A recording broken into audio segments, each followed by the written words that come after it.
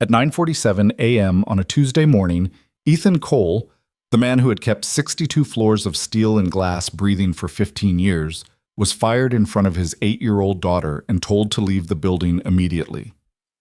17 minutes later, every light in that tower went dark. 3,000 people were trapped inside, elevators frozen between floors, emergency systems dead. The executives who'd just replaced him with a budget contractor were now screaming his name into the void. But Ethan Cole had already walked away. Or had he? If you want to see what happens when the invisible man becomes the only hope, stick around until the end. And drop a comment with your city so I can see how far this story travels. The maintenance office sat tucked in the sub-basement of the Meridian Tower like an afterthought, which was exactly how the people upstairs preferred it. Ethan Cole had occupied the same metal desk for 15 years, surrounded by blueprints that predated digital filing systems and coffee mugs he'd stopped washing sometime around 2019. The fluorescent lights hummed their familiar tune. The air smelled like old concrete and machine oil. It was the kind of place nobody visited unless something was broken, which meant Ethan spent most of his days alone. He didn't mind. Solitude had a way of settling into a man's bones after enough time, becoming less like loneliness and more like a second skin. He'd raised his daughter in the margins of this building, brought her here on weekends when childcare fell through, let her draw on the backs of maintenance logs while he calibrated pressure systems and traced electrical grids. Mia knew this tower better than most of the executives who worked above her head. This morning she sat cross-legged on the concrete floor near his desk, working her way through a math worksheet with the kind of focus that made Ethan's chest tighten. 8 years old and already carrying the weight of being the smart kid, the quiet kid, the one whose dad packed her lunches in Tupperware because they couldn't afford the cafeteria. "Dad, what's 7 times 8? 56, she frowned, eraser smudging the paper. "You didn't even look." "Don't need to. You asked me that last week." "That was 7 times 9. Ethan glanced up from the work order he'd been reviewing, another HVAC complaint from the 18th floor, third one this month. "Then I'm even smarter than I thought." Mia rolled her eyes, but the corner of her mouth twitched. Small victories. His radio crackled. "Cole? You down there?" Ethan reached for the handset. "Yeah, what's up?" "They want you in conference room B, 9th floor. Now." He paused. Conference room B was executive territory. In 15 years, he'd been summoned there exactly twice, once for a safety audit, once because someone's assistant thought the air conditioning was too cold. Neither had been worth the elevator ride. "What for?" "Didn't say, just said get up there." Ethan set the radio down, already feeling the faint pull of dread in his gut. He looked at Mia. "You good here for a few minutes?" She didn't look up from her worksheet. "Can I use your calculator?" "Only if you promise not to just type in curse words." "I did that once." "You did it 4 times. She grinned. "Fine. I promise." He grabbed his badge, clipped it to his belt, and headed for the elevator, leaving her surrounded by papers and the quiet hum of machinery. The building felt different as he rose through it, polished, pressurized, like the air itself cost more the higher you went. The floors blurred past. 3rd, 8th, 9th. The doors opened into a hallway so clean it looked hostile. Everything was glass and white marble, the kind of design that screamed, "We have money, and we want you to know it." Ethan caught his reflection in one of the panels. Work boots, faded jeans, a company shirt that had seen better decades. He looked exactly like what he was, a man who belonged downstairs. Conference room B sat at the end of the hall. The door was already open. Inside, 3 people waited. 2 he recognized, David Feng, the facilities director who'd never once acknowledged Ethan in the elevator, and Patricia Ruiz, head of operations, who communicated exclusively through emails that began with, "Per my last message." The third was a stranger. Mid-40s, expensive suit, the kind of haircut that required appointments. Ethan stepped inside. "You wanted to see me?" David gestured to a chair. "Have a seat, Ethan." First name basis. That was new. Ethan sat. The stranger didn't bother with introductions, just pulled a folder from his briefcase and slid it across the table. Patricia folded her hands like she was about to deliver bad news to a child. "We'll keep this brief," David said. "The company's restructuring its facilities contracts. We've decided to bring in an outside firm to handle building maintenance going forward. More cost-effective, streamlined operations. The words landed like stones in still water. Ethan stared at him. You're outsourcing. We're optimizing. Same thing. Patricia's smile was thin as paper. We appreciate everything you've done for the Meridian, Ethan. Truly. But the reality is, we can get the same level of service for a fraction of the cost. It's nothing personal. It never is. The stranger finally spoke, his voice smooth and practiced. We've prepared a severance package. 2 weeks' pay, continuation of benefits through the end of the month. Very generous, all things considered. Generous, Ethan repeated, the word tasting like rust. David shifted in his seat.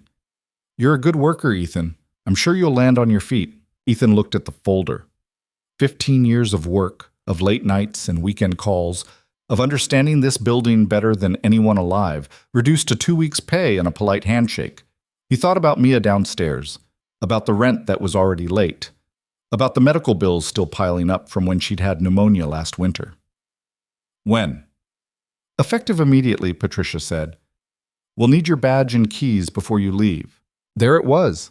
The kill shot, delivered with the emotional range of a parking ticket. Ethan stood. He didn't argue. Men like him didn't get to argue. He pulled the badge from his belt, set it on the table next to the folder he hadn't touched. The keys followed: master access, mechanical rooms, rooftop entry, 15 years of trust, handed over in 10 seconds. I'll need to get my things. Of course, David said, already looking at his phone. Security will escort you. I don't need an escort. My daughter's downstairs. Patricia's expression flickered. Your daughter? She's 8. I brought her in this morning. The stranger frowned. Is that allowed? Ethan didn't answer. He turned and walked out, feeling their stares on his back like heat from a furnace. The hallway seemed longer than before, the marble colder. He jabbed the elevator button and waited, his pulse ticking in his jaw. The doors opened. He stepped inside, and that's when he saw Claire Hale.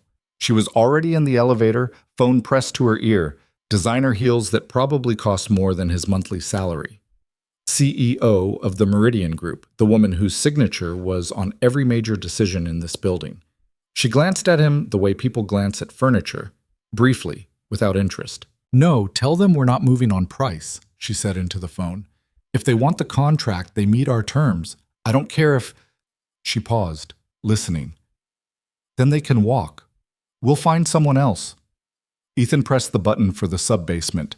The elevator began its descent. Claire didn't acknowledge him. Why would she? To her, he was invisible. He always had been. The floors ticked past. 8th, 7th, 6th. She was still talking. I need the quarterly report on my desk by 3. No excuses. And tell Feng to finalize that facilities contract today. I want it signed before the weekend. Ethan's hands curled into fists. 5th, 4th, 3rd. Right. Good. I'll be in my office. She ended the call, slipped the phone into her pocket, and finally seemed to notice Ethan existed. Her eyes flicked to his shirt. The company logo faded from too many washes. Maintenance? He nodded. The air conditioning on 42 is running cold again. I don't work here anymore. She blinked. Excuse me? I was just let go about 5 minutes ago. Her expression didn't change. Oh, well, I'm sure they had their reasons. The elevator stopped. Sub-basement. The doors opened. Ethan stepped out without another word. Behind him, the doors closed, and Claire Hale continued her ascent to the top floor, already forgetting he existed. He walked back to the maintenance office, his boots echoing in the empty hallway. Mia looked up when he entered, pencil still in hand. That was fast. Ethan grabbed a cardboard box from the supply closet, started pulling things off his desk. Files, photos, a coffee mug Mia had painted for him in kindergarten, uneven and lopsided and perfect. Dad? We're leaving, sweetheart. Why? He didn't answer right away. How do you explain to an 8-year-old that her father had just been erased? That 15 years of work meant nothing when a spreadsheet said someone else could do it cheaper? I don't work here anymore. Mia stood, her math worksheet forgotten. What happened? They made a business decision. That's not an answer. He looked at her. She had her mother's eyes, sharp, stubborn, the kind that saw through every dodge and half-truth. He'd never been able to lie to her, not really. They're bringing in a different company to do my job, so I have to go. That's stupid. Yeah, it is. She crossed her arms. You built this place. I maintain it. There's a difference. You know everything about it. Doesn't matter. It should matter. Ethan set the box down, crouched so they were eye level. Listen to me. Sometimes things aren't fair. Sometimes people make decisions that don't make sense. But we deal with it, okay? We move forward. I don't want to move forward. I want them to be wrong. They're not wrong, just cheap. Mia's jaw tightened, the same stubborn set he'd seen 1,000 times when she didn't get her way. But she didn't argue. She just picked up her backpack and slung it over her shoulder, suddenly looking older than 8. They walked out together, Ethan carrying the box, Mia trailing behind. The hallway stretched ahead of them, fluorescent and familiar. He'd walked this path so many times he could do it blind. Every pipe, every junction box, every place where the concrete showed cracks, he knew it all. The elevator took them up, lobby level. The doors opened and they stepped into the main atrium, a cathedral of glass and steel, sunlight pouring through the skylight 60 floors above. People moved through the space like blood through veins, busy and indifferent. Nobody looked at the man with the cardboard box. Nobody ever did. Security was waiting near the front desk. A young guy Ethan didn't recognize, probably knew. He didn't meet Ethan's eyes. I'll need to walk you out, sir. I know the way. It's policy. Ethan nodded. Of course it was. They crossed the lobby together, Mia walking between them like she was being escorted to prison. The revolving doors loomed ahead, bright with morning sunlight. Ethan could see the street beyond. Traffic, pedestrians, the world that had no idea what had just happened. He pushed through the doors, stepped onto the sidewalk, and set the box down on the concrete. The air was cooler out here, the noise sharper. Mia stood beside him, quiet and small. What now? She asked. Ethan looked back at the tower. 62 floors of glass and ambition, gleaming in the late morning sun. He'd kept it alive for 15 years. Fixed what broke, prevented what could. He knew its secrets, the places where the wiring ran hot, the HVAC zones that never quite balanced, the backup generator that took 3 tries to start unless you knew the trick.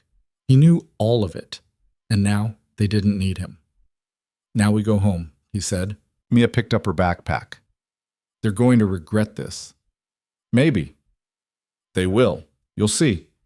Ethan lifted the box and started walking.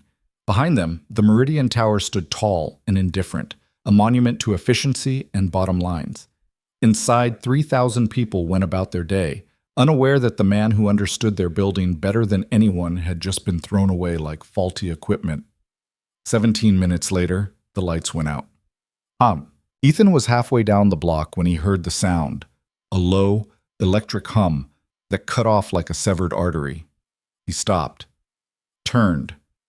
The Meridian Tower stood dark against the sky, not dim, not flickering, dark.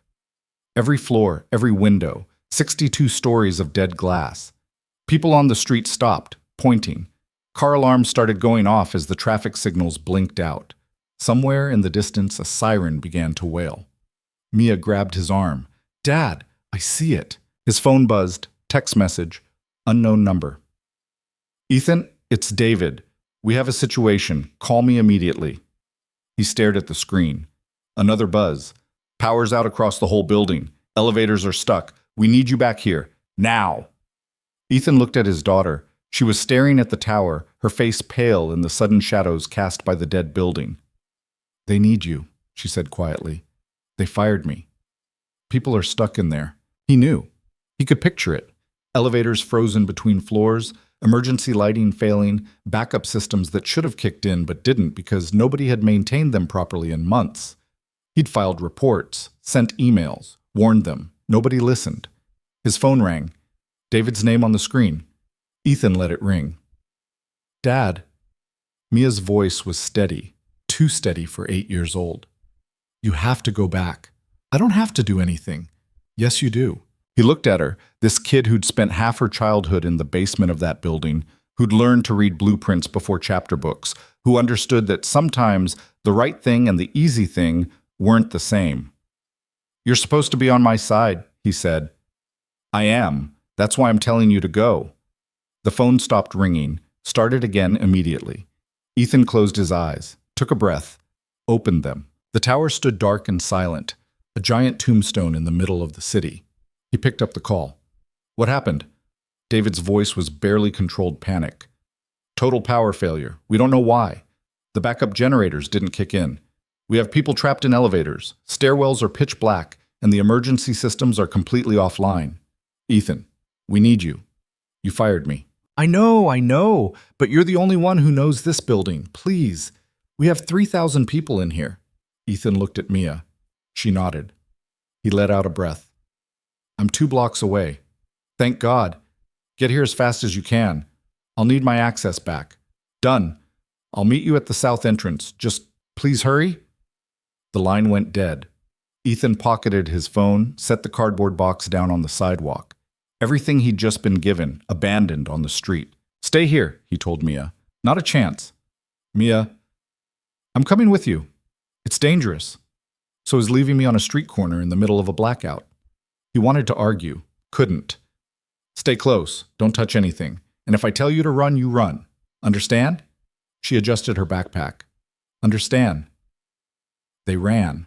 The street was chaos. People pouring out of buildings, traffic snarled, confusion rippling outward from the dark tower like a shockwave. Ethan pushed through the crowd, Mia at his heels, his mind already running through possibilities.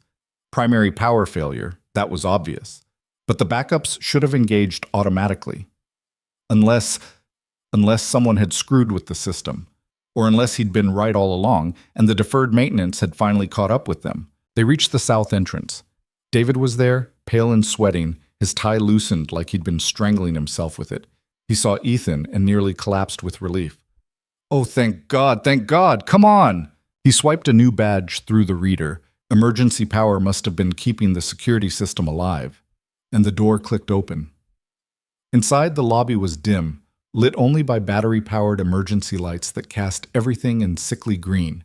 People clustered near the exits, voices rising in confusion and fear. "What's the situation?" Ethan asked. "We don't know. Power just died. Everything. The whole grid." "Primary transformer?" "We think so, but the backup generators should have started automatically." "Where's your facilities team?" David's face went gray. "We don't have one, not yet. The new contractor doesn't start until Monday." "Of course." "Jesus Christ," Ethan muttered. "Can you fix it?" "I don't know. I need to see the mechanical room. It's in the basement, but the elevators..." "I know where it is. I need a flashlight and a radio." David fumbled in his jacket, pulled out his phone. "Will this work?" "For light, yeah. For communication, no. Get me a radio." Someone handed him one from the security desk. Ethan clipped it to his belt, activated his phone's flashlight. Mia did the same with hers, the beam cutting through the green-tinged darkness. "Stay with security," Ethan told her. "Dad, I mean it. This is real. I need to know you're safe." She looked like she wanted to fight him, but she nodded, stepping back toward the security desk where 2 guards stood looking lost. Ethan turned to David. "If I'm not back in 30 minutes, call the fire department." "What do I tell them?" "Tell them this building just became a death trap." He didn't wait for a response, just turned and headed for the stairwell, his flashlight cutting through the darkness like a knife. Behind him, the Meridian Tower groaned. And somewhere high above, in the frozen elevators and lightless offices, 3,000 people waited in the dark, not yet understanding that the man they'd thrown away was now the only thing standing between them and disaster. Ethan opened the stairwell door and began his descent into the belly of the building he knew better than his own home. The real work was about to begin. The stairwell was a concrete throat descending into absolute darkness. Ethan's flashlight beam barely made a dent in it, catching only fragments. Handrails, steps, the occasional emergency exit sign that had gone dark with everything else. His boots echoed against the walls as he took the stairs 2 at a time, one hand on the rail, the other holding his phone like a lifeline. He'd walked these stairs 1,000 times, but never like this. Never in total silence, with the building's heartbeat stopped cold. The radio on his belt crackled. "Ethan, this is David. What's your status?" He didn't slow down. 2 floors from the mechanical room. We're getting reports from all over the building. People trapped in elevators, offices locked because the electronic systems are down. How long until you can restore power? I don't know yet. We need an estimate. Then I'll give you one when I have information instead of guesses. Cole out. He clicked off before David could respond. The last thing he needed was management breathing down his neck while he tried to figure out what the hell had happened. They'd had all the time in the world to listen when he'd been filing maintenance reports. Now they wanted instant answers. The sub-basement door appeared in his flashlight beam. Ethan shouldered through it, stepping into the maintenance level, where he'd spent 15 years of his life. It looked different in the dark, unfamiliar, almost hostile. The familiar hum of machinery was gone, replaced by a silence so complete it felt like being underwater. He crossed to the mechanical room, his light sweeping over pipes and junction boxes. The door was locked, which meant the electronic access system was getting backup power from somewhere. Small mercy. He pressed his temporary badge to the reader, and the lock clicked open. Inside, the mechanical room sprawled like the guts of some massive creature. Generators, transformers, electrical panels, all of it dark and still. Ethan moved through the space by memory as much as by sight, his flashlight picking out the main control panel. Dead. Completely dead. He pulled open the panel, shining his light on the circuit breakers. Everything looked normal. No burn marks, no obvious failures, which meant the problem was deeper. Come on, he muttered, moving to the primary transformer. Talk to me. The transformer sat in its housing like a sleeping giant, 30 feet of copper and steel that should have been humming with enough electricity to power a small town. Ethan ran his light over it, checking connections, looking for signs of failure. Nothing. He moved to the backup generators. 3 of them, each capable of running the building's essential systems for 72 hours. They should have kicked in automatically the second primary power failed. He checked the fuel lines, the starters, the control systems. All intact. All ready to run. But none of them had started. Why? He said aloud, his voice sounding small in the vast darkness. The radio crackled again. Ethan, we've got a situation on the 35th floor. He grabbed it. What kind of situation? Elevator stuck between floors. We can hear people inside, but we can't get the doors open. They're saying someone in there is having a medical emergency. Ethan's jaw tightened. What kind of emergency? They're not sure. Woman says she's pregnant. How pregnant? I don't know. They didn't provide a detailed medical history. Find out. Now. And get me the elevator number. Elevator 7. But Ethan, we need power first, right? If you can just, I'll do what I can. Cole out. He turned back to the generators, his mind racing. Pregnant woman trapped in a dead elevator. If she was in labor, they had minutes, not hours. But he couldn't do anything about it until he understood why the backup systems had failed. He crouched beside the first generator, checking the starter motor. It looked fine. He moved to the control panel, tracing the wiring with his flashlight. The system was simple. When primary power failed, a relay should trigger automatically, sending power to the starter motors. The generators would roar to life, and essential systems would come back online within 30 seconds. Except that hadn't happened. Ethan found the relay box and pried it open. Inside, nestled among the wires and circuits, he found his answer. Someone had disconnected the relay. Not accidentally, not through wear and tear. Someone had physically removed the connection, leaving a gap in the circuit that would prevent the automatic start sequence from ever triggering. You've got to be kidding me, Ethan breathed. He stared at the disconnected wires, his mind trying to make sense of it. This wasn't negligence. This wasn't deferred maintenance. This was deliberate. Someone had sabotaged the backup system. The radio crackled. Ethan, the woman in the elevator is going into labor. We need you up here. His hands moved on autopilot, reconnecting the relay, his fingers working in the dim light of his phone. How far along? She says 37 weeks, and she's having contractions. How far apart? 5 minutes. Maybe less. Ethan closed the relay box and moved to the generator control panel. If the relay was reconnected, he should be able to manually start the generators. He found the ignition switch and turned it. Nothing. He tried again. The starter motor clicked, a sound like a door closing in an empty house, but the engine didn't turn over. Come on, he said, his voice tight. Come on. Another click. Nothing. The radio wouldn't stop. Ethan, she's asking for help. What do we tell her? He wanted to scream, wanted to throw the radio across the room and watch it shatter. Instead, he took a breath and made the calculation he'd been avoiding. He could stay here and try to restore power. Work through every possible failure point until he found the problem. It might take 10 minutes, might take 2 hours. And while he did, a woman would give birth in a metal box suspended between floors with no light, no help, and no way out. Or he could go. I'm coming up, he said into the radio. What about power? I'll fix it after. Which stairwell is closest to elevator 7? West side, but Ethan, without power, I know what without power means, just make sure someone's there to meet me.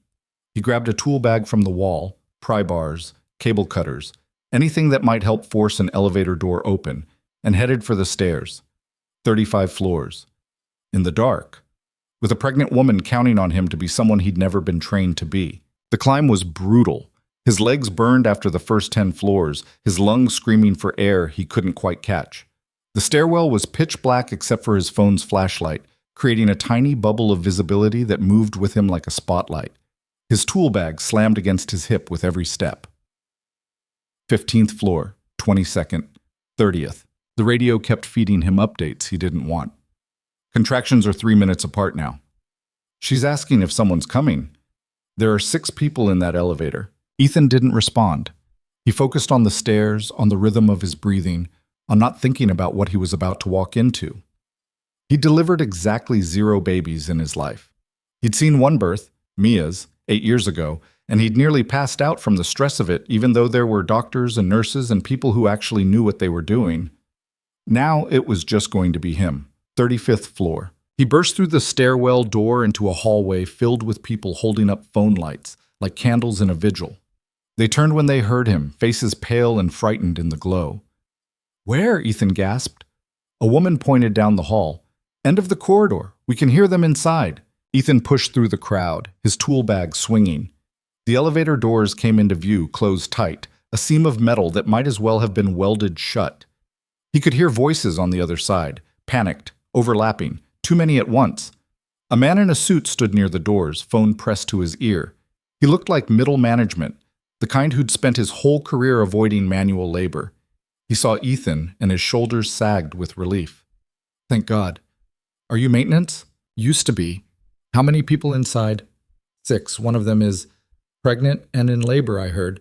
Everyone else okay? Physically? Yes. Emotionally, they're pretty shaken up. Ethan dropped his tool bag and pressed his ear to the door. Can anyone inside hear me? A chorus of voices answered. Yes! We're here! Please get us out! My name is Ethan. I'm going to get you out, but I need information first. Who's the pregnant woman? A female voice, tight with pain. That's me. What's your name? Sarah. Sarah Chen. Okay, Sarah, I'm going to get these doors open. How far apart are your contractions? 2 minutes, maybe less. Is this your first? No, second. That was something, at least. Second births were usually faster, but that also meant they had less time. Is the baby moving? Yes, too much. That's good. That means the baby's okay. I need you to stay calm, all right? I know that's a stupid thing to say, but I need you to try. I'm trying. Ethan turned to the man in the suit. What's your name? Marcus. Marcus Liu. Marcus, I need you to go find me every towel, blanket, and clean cloth on this floor. Also water bottles and any first aid kits. Can you do that? Marcus nodded, already moving. On it. Ethan grabbed a pry bar from his bag and wedged it into the seam between the doors. The elevator was stuck between floors, which meant he'd have to force the doors open and then figure out how to reach the car itself. In the dark. Without power. With a woman actively giving birth. He threw his weight against the pry bar. The doors didn't budge. There's a manual release, someone said behind him. Ethan turned. A young woman, maybe 25, holding her phone light steady. She looked scared but coherent. Where? In the panel. Above the doors. I used to work for an elevator company. Ethan looked up. Sure enough, there was a maintenance panel about 7 feet up. He grabbed a chair from a nearby office, stood on it, and pried the panel open. Inside, exactly as the woman had said, was a manual release lever. He pulled it. The doors shuddered and began to separate, slow as continental drift. Ethan jumped down and helped force them the rest of the way, his muscles straining. They opened onto darkness. Not a floor, not a ceiling, just the gap between levels. The elevator car was visible below, maybe 3 feet down, its emergency hatch closed. "Sarah, can you hear me?" Her voice floated up from below. "Yes." "I'm going to open the hatch and get you out. Is anyone in there strong enough to help lift you?" "I am," a male voice said. Young, uncertain. "I can help." "What's your name?" "Trevor." "Okay, Trevor, I'm going to need you to be strong right now. Can you do that?" "I think so." "That's good enough." Ethan lowered himself through the gap, his feet finding the top of the elevator car. The hatch was right in front of him, secured with a simple latch. He pulled it open and shone his light down into the car. 6 faces stared back at him, pale and frightened in the beam. Sarah Chen sat in the corner, her back against the wall, one hand on her swollen belly. She looked like she was about 30, professional clothes now rumpled and sweat-stained. Tears tracked down her face, but her jaw was set with determination. "Hey," Ethan said softly. "I'm here." "Thank God," someone whispered. Ethan lowered his tool bag through the hatch. "Trevor, I need you to help Sarah stand." Trevor was a kid, couldn't have been older than 22, wearing an intern badge on a lanyard. He looked terrified but moved to Sarah's side, offering his arm. She gripped it and tried to stand, then gasped, her body seizing with a contraction. "It's coming," she breathed. "Oh God, it's coming." Ethan's heart hammered against his ribs. Okay, change of plans. Sarah, I need you to lie down, right there on the floor." "It's dirty." "I don't care. Lie down." She did with Trevor's help, her breath coming in short gasps. The other passengers pressed themselves against the walls, giving her space. One of them was crying. Another looked like he might throw up. Marcus appeared at the gap above, arms full of towels and blankets. "I got what I could." "Drop them down." The supplies came tumbling through the hatch. Ethan grabbed them, spreading blankets under Sarah, around her, trying to create something that looked like a sterile environment, even though he knew it was useless. "How much time between contractions?" he asked. 30 seconds? Less. "Have you felt the urge to push?" "Yes." Of course she had. Ethan looked at Trevor. "I need you to hold her hand and keep her calm. Can you do that?" Trevor nodded, his face white. "Sarah, I need to check how far along you are. Is that okay?" She nodded, her teeth gritted. Ethan had no medical training. He'd watched exactly one birth and spent most of it in the corner trying not to faint. But he'd also read every manual he could get his hands on when his wife had been pregnant with Mia, paranoid about what would happen if something went wrong. He'd never thought he'd actually need that information. He checked. His hands were shaking. Sarah's contraction came in the middle of it, and she screamed, a sound that echoed in the metal box like a gunshot. "Okay," Ethan said, his voice sounding steadier than he felt. "You're fully dilated. This baby is coming right now." "I can't," Sarah gasped. "I can't do this here." "Yes, you can. You don't have a choice. Neither do I. So we're going to do this together, okay?" She was crying, her face twisted with pain and fear. "I want my husband. I know you do. But I'm here, and Trevor's here, and we're not going anywhere. You're not alone." Another contraction hit. Sarah screamed again, her hand crushing Trevor's. The kid looked like he was about to pass out, but he held on. "Next contraction, I need you to push," Ethan said. "Hard as you can." "I don't know how deep." "Yes, you do. You've done this before. Your body knows. Trust it." The radio on his belt crackled, David's voice tinny and distant. "Ethan, what's your status?" He ignored it. Sarah's next contraction built like a wave. She bore down, her face going red, her scream filling the elevator shaft. Ethan could see the baby's head, dark hair slick with fluid. "Good," he said. "That's good. Again." Next contraction, same thing. It took 4 more pushes, 4 more contractions. 4 more screams that Ethan would hear in his nightmares for the rest of his life. And then, impossibly, there was a baby in his hands, small, slippery, absolutely terrifying. For one horrible second, the baby didn't breathe. Ethan's mind went blank. He couldn't remember what to do. Couldn't remember anything except the sight of this tiny gray thing that wasn't moving. Then training he didn't know he had kicked in. He wiped the baby's face with a towel, clearing the nose and mouth, tilted the head back slightly, rubbed the back, firm but gentle. The baby gasped, sputtered, and then, finally, blessedly, began to cry. The sound was the most beautiful thing Ethan had ever heard. "It's a girl," he said, his voice cracking. "Sarah, you have a daughter." Sarah was sobbing, reaching for the baby with shaking hands. Ethan laid the tiny girl on her mother's chest, covering them both with a clean towel. The baby kept crying, loud and furious, announcing her presence to a world that had almost killed her before she'd even arrived. Around them, the other passengers were crying too. Even Trevor, who looked like he'd aged 10 years in the last 10 minutes. Ethan sat back against the elevator wall, his hands covered in blood and fluid, his whole body shaking. He'd just delivered a baby. In a broken elevator. In the dark. The radio crackled again. "Ethan, we need a status update." He grabbed it. "Baby's here. Mother and child are stable. But I need EMTs up here now." "Copy that. We're working on it." "Work faster." He clicked off and looked at Sarah. She was staring at her daughter with an expression that Ethan recognized from 8 years ago, pure, overwhelming love mixed with absolute terror. "She's beautiful," Sarah whispered. "Yeah," Ethan said. "She really is. Thank you. Thank you so much." He didn't know what to say to that, so he just nodded. One of the other passengers, an older woman who'd been silent the whole time, spoke up. "That was the bravest thing I've ever seen." "Wasn't brave," Ethan said. "Didn't have a choice. That's what bravery is." Before he could respond, there was noise above them. Voices, movement. A face appeared at the gap, a paramedic with a headlamp, followed by another.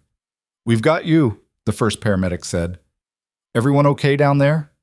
"One newborn, one postpartum mother, 5 traumatized witnesses, and a maintenance guy who's about to have a heart attack," Ethan said. "Other than that, Peachy." The paramedics lowered a basket stretcher. It took 20 minutes to get everyone out. Sarah and the baby first, then the others one by one. Trevor went last, still looking shell-shocked. Ethan climbed out after him, his legs barely holding him up. The hallway had filled with people, office workers, building security, the paramedics team. They stared at Ethan like he'd just walked on water. He ignored them, focusing on the paramedics loading Sarah and her daughter onto a stretcher. "She did great," one of the paramedics said, checking the baby's vital signs. "Both of them are stable. We'll get them to a hospital for a proper check, but honestly, you did everything right." "I didn't do anything, just didn't let them die." "That's more than most people could manage."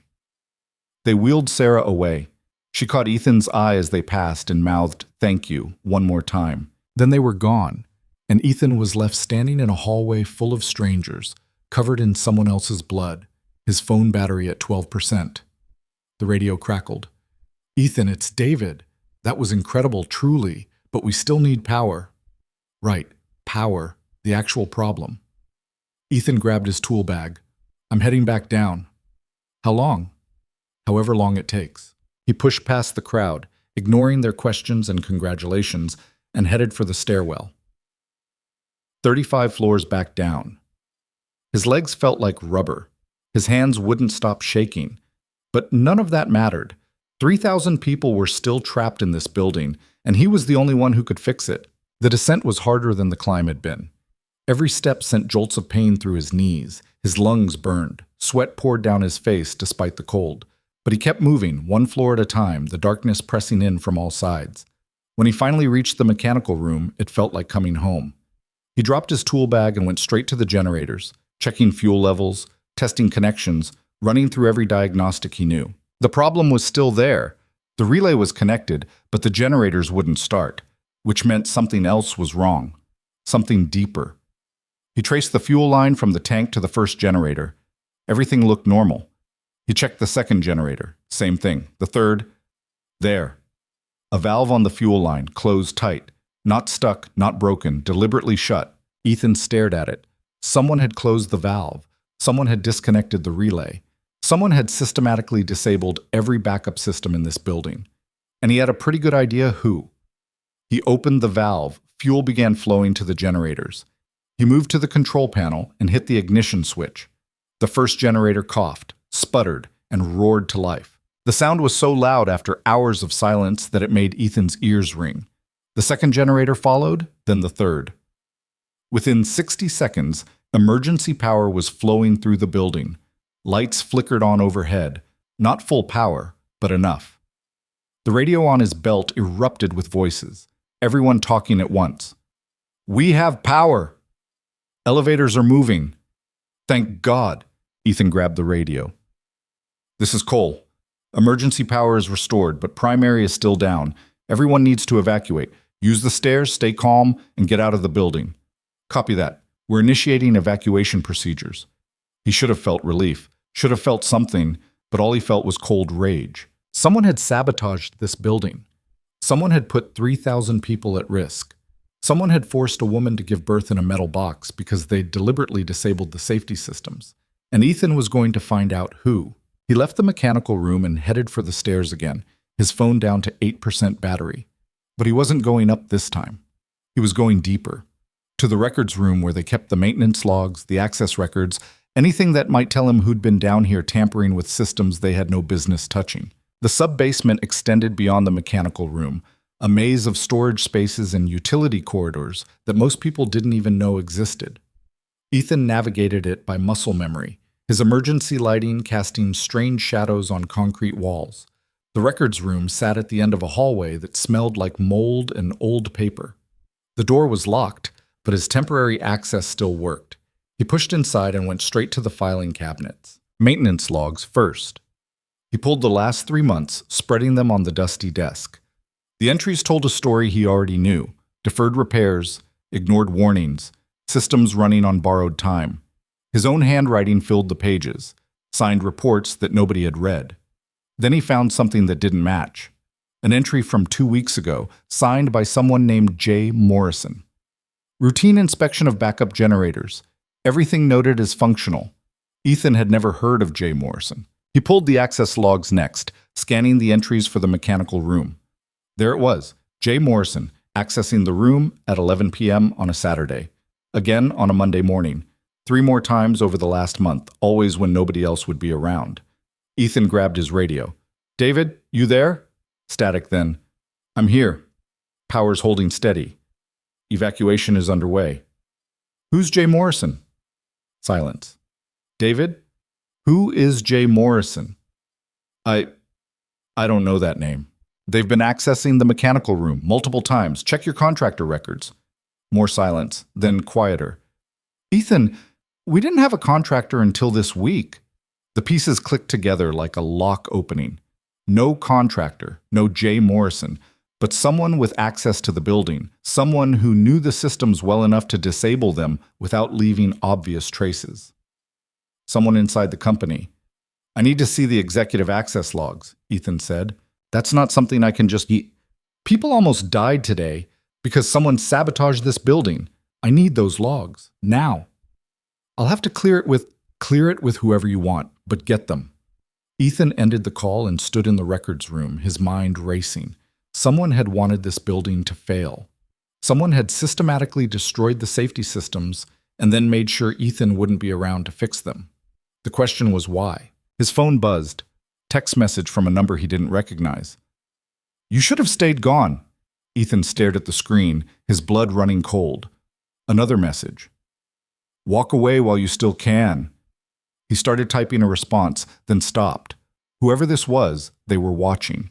They knew he was back in the building, knew what he was doing. The lights flickered. Ethan looked up. The emergency power was stable. The generators were running smoothly. There was no reason for the lights to flicker, unless someone was tampering with them again. He grabbed his tool bag and ran. The mechanical room was exactly as he'd left it. Generators humming, emergency lights steady, everything running the way it was supposed to. But Ethan's instincts were screaming at him that something was wrong. He'd spent 15 years in this building's guts, learning to read its rhythms like a heartbeat. And right now, that heartbeat felt off. He checked the fuel valves. Still open. The relay connections were intact. The generators showed normal operating temperatures, normal oil pressure, normal everything, but those lights had flickered. He hadn't imagined it. His phone buzzed again, same unknown number. Last warning, leave now or you'll regret it. Ethan's jaw tightened. He typed back, "Who is this?" 3 dots appeared, then disappeared. No response. The radio crackled. "Ethan, it's David. Evacuation is at 40% complete. How's everything down there?" "Systems are stable, but I think someone's still in the building, someone who doesn't want me here." "What do you mean?" "I mean, I'm getting threatening text messages, and the lights just flickered for no mechanical reason." That's impossible. The building's being evacuated. Security would have flagged anyone suspicious, unless the suspicious person has executive access. Silence on the other end. Ethan could practically hear David's brain trying to process that. "You're saying an executive is sabotaging the building?" "I'm saying someone with high-level access deliberately disabled our backup systems and is now trying to scare me off. Draw your own conclusions." "Ethan, that's a serious accusation." "Yeah. So was firing me right before the power failed. Funny how that worked out." He ended the call before David could respond and moved deeper into the mechanical room, checking systems he'd already checked, looking for something he couldn't name. The emergency power was solid, but it was only running essential systems, lights, elevators, basic HVAC. Full power required the primary transformer, which was still dead. Ethan pulled out the schematics he'd stored in his phone months ago, zooming in on the electrical distribution system. The primary transformer sat in a separate vault 2 levels down, fed by the city's power grid through underground cables. If someone had sabotaged the backup generators, they might have hit the primary system too. He grabbed his tool bag and headed for the vault access tunnel, a narrow concrete passage that most people didn't know existed. The air down here was stale and cold, the kind of cold that lived in places sunlight never reached. His phone's flashlight cut through the darkness ahead of him.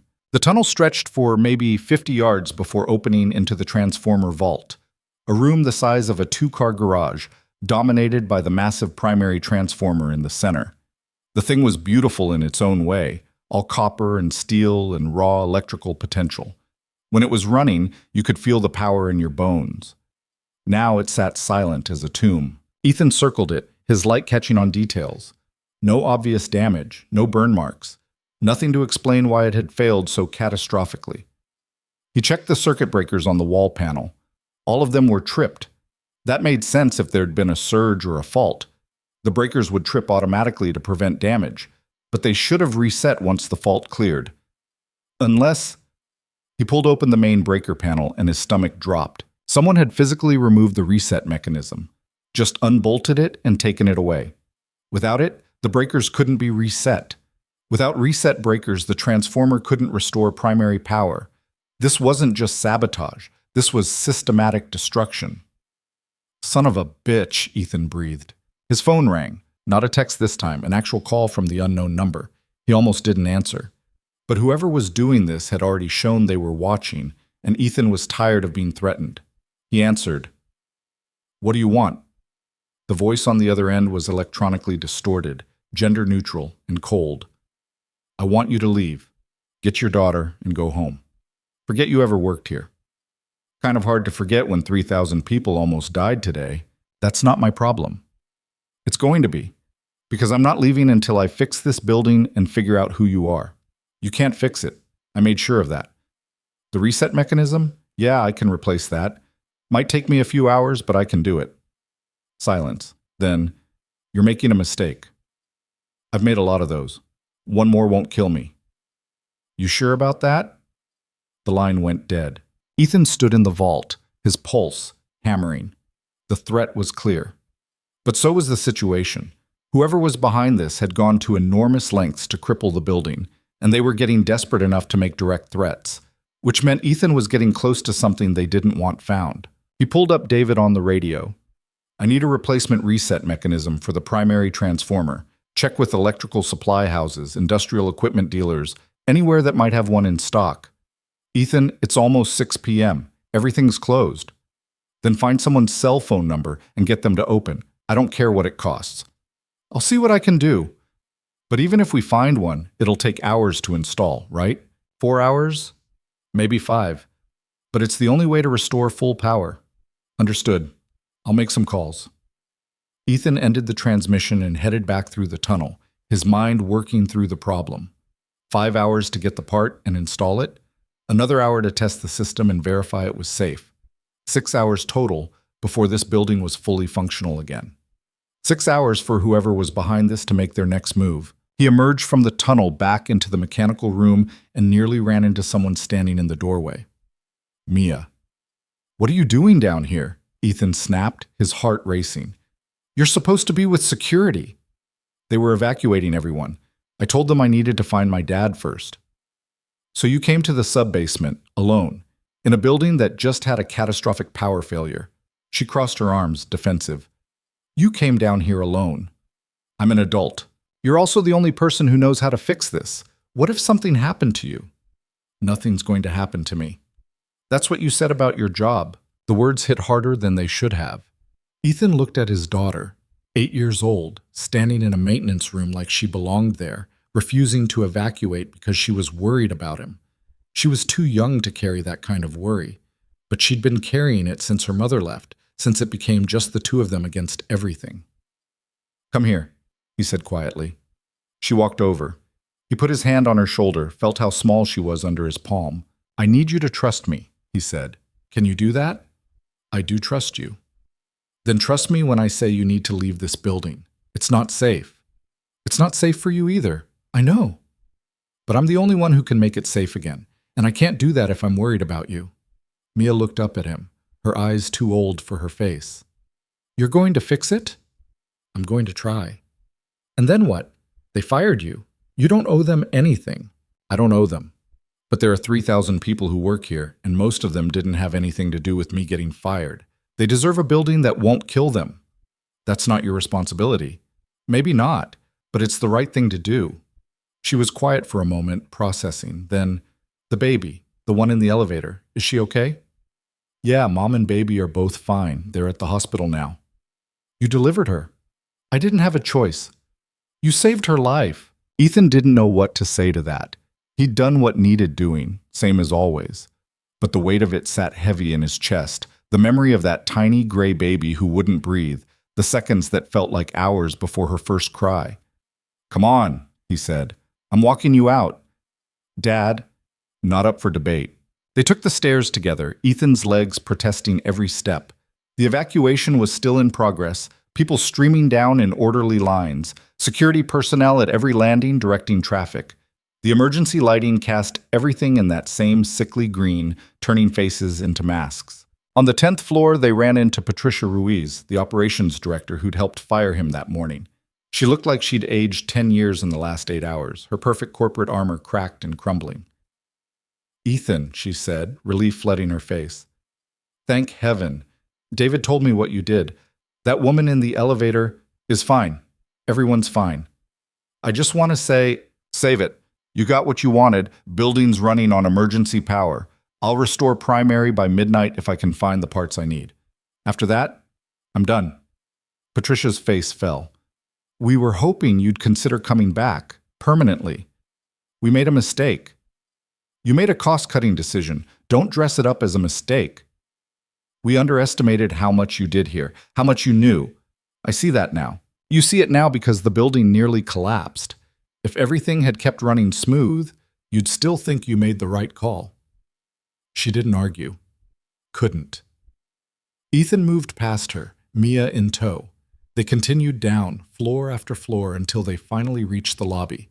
It was chaos. People everywhere, emergency vehicles outside, news crews setting up cameras. The story was already spreading. Tower failure, people trapped, dramatic rescue. Ethan pushed through the crowd toward the exit, trying to stay invisible. A woman grabbed his arm. "Are you the maintenance man, the one who saved those people?" "No, wrong guy." He pulled free and kept moving. Outside, the evening air hit him like a slap, cold and clean after hours in the building's stale atmosphere. The street was cordoned off, police directing traffic, ambulances parked at angles. The Meridian Tower loomed over it all, half its windows dark, the other half glowing green with emergency power. Ethan found a spot away from the crowds and sat down on a concrete planter, suddenly exhausted. Mia sat next to him. "You lied to that woman," she said. "Yeah. Why?" "Because I don't want to be the story. I just want to fix the building and go home." You're already the story. Everyone's talking about you. Let them talk. Won't change anything. His phone buzzed, David calling. Tell me you found a reset mechanism, Ethan said. Better. I found 3 suppliers who have them in stock. The closest one is in Queens. They're pulling it from inventory now. We can have it here in 90 minutes. Good. Tell them I need installation hardware too. Bolts, lock washers, the whole kit. Already on it. Ethan, listen, Claire Hale wants to talk to you. Ethan's grip tightened on the phone. I have nothing to say to her. She's insisting, says she needs to understand what happened. What happened is she runs a company that cuts corners until people die. Tell her I said congratulations on the efficiency. She's standing right here. Of course she was. There was a shuffling sound, then Claire Hale's voice came on the line. Mr. Cole, I owe you an apology. You owe me nothing. We're square. We're not. You were dismissed this morning in a manner that was both unprofessional and, as it turns out, catastrophically short-sighted. I take full responsibility. Great. Responsibility taken. Can I go now? I'd like to offer you your position back. With a significant raise and a seat at the facility's management table, you'd have real authority to make the changes this building needs. Ethan laughed, a bitter sound. You fired me 8 hours ago. I made a mistake. You made a business decision. Now you're making another one because it's convenient. I'm not interested in being convenient. Then what are you interested in? Finishing what I started. After that, I'm gone. Silence. Then, carefully, if that's your decision, I respect it, but the offer stands. Think about it. She handed the phone back to David. The parts will be here soon, he said. Where do you want them delivered? Loading dock, south side. I'll meet the truck there. Copy that. And Ethan, thank you for everything. Ethan ended the call without responding. Mia was watching him. You could take the job, she said. They're offering you more money. Money's not the point. Then what is? He didn't have a good answer for that. Pride, maybe. Dignity. The stubborn refusal to let them think they could throw him away and pick him back up whenever it suited them. Come on, he said, standing. I'm taking you to Mrs. Chen's. Mrs. Chen was their neighbor, a retired teacher who'd watched Mia more times than Ethan could count. She lived 3 blocks away in an apartment that always smelled like jasmine tea and old books. They walked in silence, Ethan's tool bag over his shoulder, the city moving around them like they were ghosts. When they reached Mrs. Chen's building, Mia stopped. How long will it take to fix everything? 6 hours, maybe 7. That's past midnight. Yeah. Will you be safe? The question caught him off guard. When had she started worrying about his safety instead of the other way around? I'll be fine. It's just maintenance work. Someone sabotaged the building, Dad. Someone who doesn't want you there. That's not just maintenance work. She was right. But admitting that would mean admitting he was walking back into danger, and she didn't need that weight. I'll be careful, he said instead. I promise. You better be. I don't want to live with Mrs. Chen permanently. She hugged him, quick and fierce, then pulled away before he could respond. She was already heading for the building entrance when she turned back. Dad, when you're done, when you fix it, walk away. Don't let them convince you to stay. Why not? Because they'll do it again. Maybe not tomorrow, maybe not next year, but eventually they'll decide you're not worth what they're paying you, and you deserve better than that. She disappeared into the building before he could answer. Ethan stood on the sidewalk, his daughter's words echoing in his head. 8 years old, and already she understood the world better than he wanted her to. Already she'd learned that loyalty was a one-way street, that doing the right thing didn't guarantee anything except more hard work. He headed back toward the Meridian Tower, the evening darkening into night around him. The streets were quieter now, the initial chaos settling into a steady hum of emergency response. Fire trucks still blocked the intersections. Police kept the crowds at bay. News helicopters circled overhead like vultures. Ethan slipped past the barricades using his temporary access badge, heading for the south loading dock. A truck was already there, a guy in coveralls unloading crates onto a dolly. You Cole? The guy asked. That's me. Got your reset mechanism. Sign here. Ethan scribbled his name on the delivery form and grabbed the largest crate. The thing weighed maybe 40 pounds, awkward and unwieldy. He loaded it onto the dolly with the rest of the hardware and wheeled everything toward the service elevator. The elevator worked, thank God. Emergency power keeping essential systems alive. He took it down to the sub-basement, the familiar descent, the doors opening onto the maintenance level he knew better than his own apartment. The mechanical room was empty. The generators hummed their steady rhythm. Everything looked exactly as it should. But Ethan's instincts were still screaming.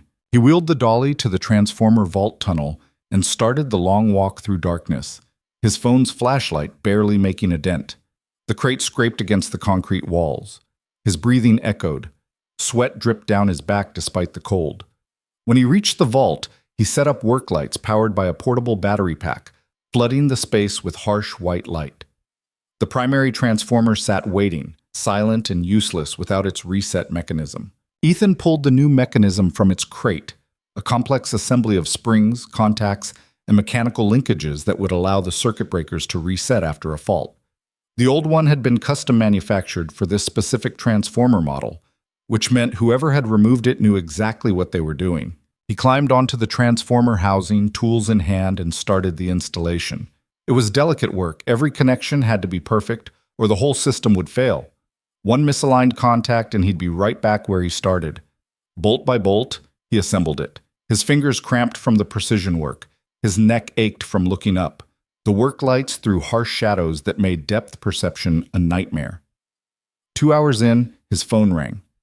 Unknown number again. He almost didn't answer, but curiosity won. "What now?" "You should have listened." The same distorted voice. "I gave you a chance to walk away. And I gave you a chance to stop wasting my time. Guess we're both disappointed. You think you're clever, finding the sabotage, getting the parts, playing hero. But you don't understand what you're dealing with. Then explain it to me." This building was supposed to fail. It was supposed to fail so badly that the company would have no choice but to demolish and rebuild. Insurance would pay out. Development contracts would get signed. People would make money. A lot of money. Ethan's hand stilled on the mechanism. "You crashed the building for an insurance scam?" "I created an opportunity. The building was already failing. Your maintenance reports proved that. I just accelerated the timeline. People could have died, but they didn't. Because you couldn't help yourself. You had to come back and play hero. That wasn't part of the plan.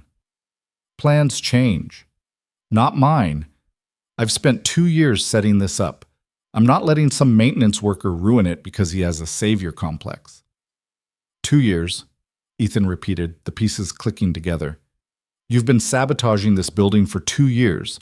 The deferred maintenance, the ignored work orders, all of it. I made sure the right reports got buried. The right repairs got delayed. It was easy. Nobody pays attention to maintenance until something breaks. Who are you? Someone with access. Someone with authority. Someone you'll never identify because by the time you restore power, I'll be gone and the evidence will be destroyed.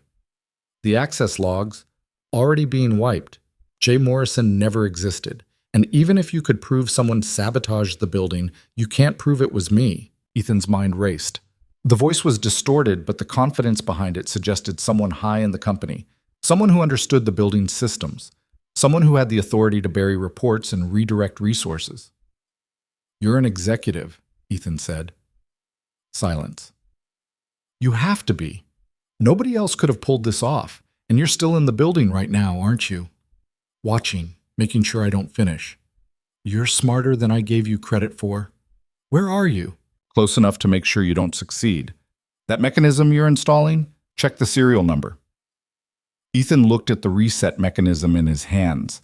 There was a serial number stamped on the housing. He pulled up his phone's flashlight, checking it against the specs. "Wrong number, different model. The supplier sent you the wrong part," the voice said. "It won't work. And by the time you figure that out and order the correct one, it'll be too late. The insurance adjusters are already being briefed. The demolition contracts are being drafted. This building is finished." "You can't demolish a building that's fixable." "I can if the CEO agrees it's more cost-effective to rebuild. And she will. Because I'll make sure she sees the numbers that prove it." The line went dead.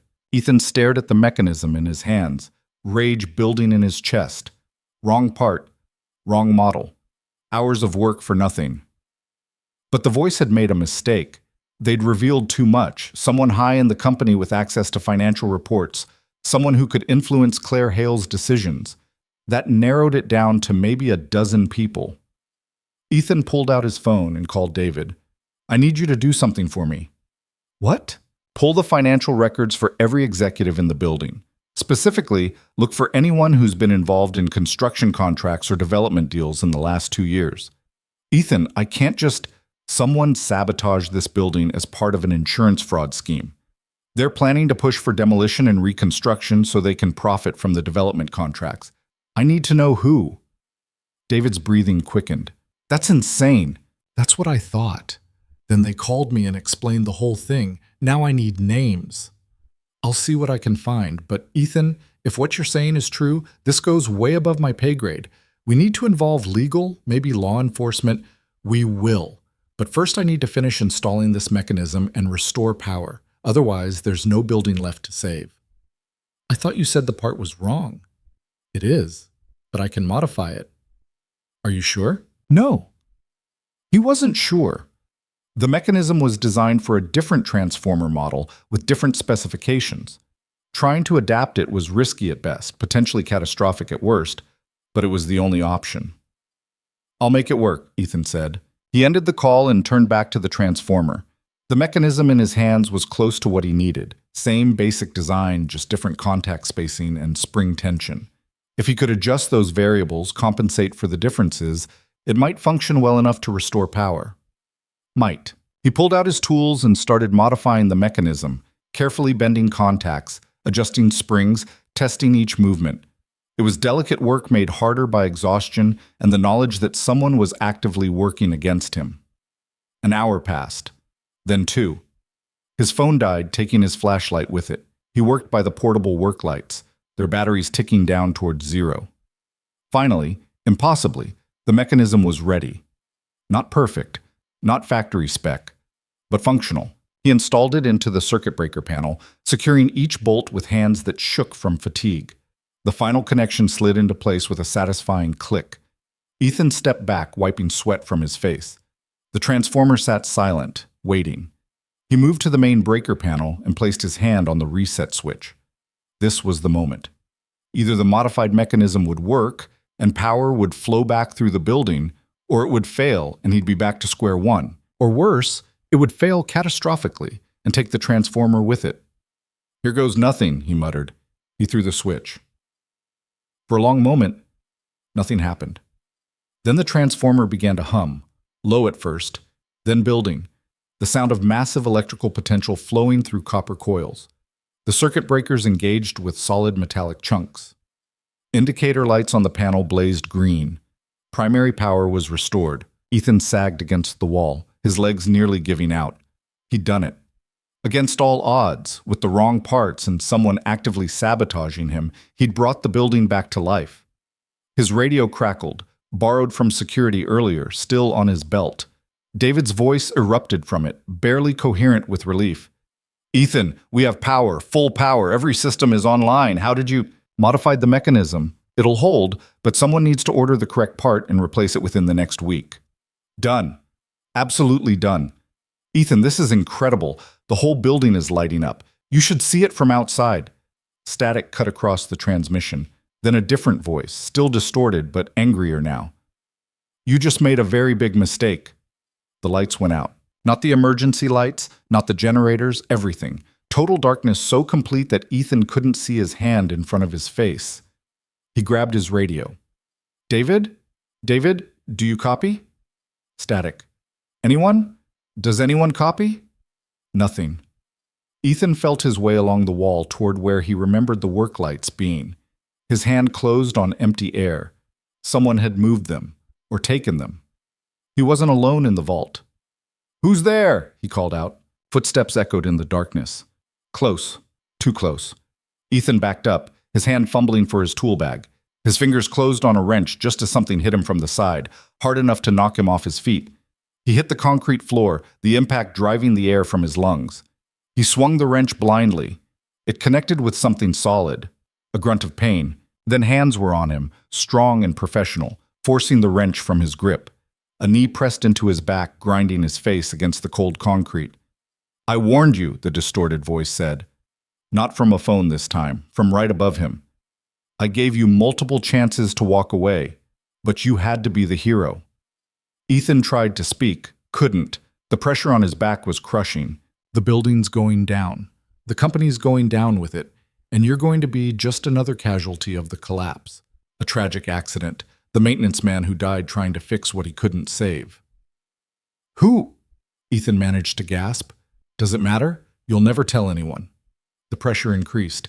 Ethan's vision started to gray at the edges, darkness closing in from all sides. His last thought before consciousness left him was of Mia, waiting at Mrs. Chen's apartment, wondering why her father hadn't come home. Ethan woke to the taste of blood and concrete dust.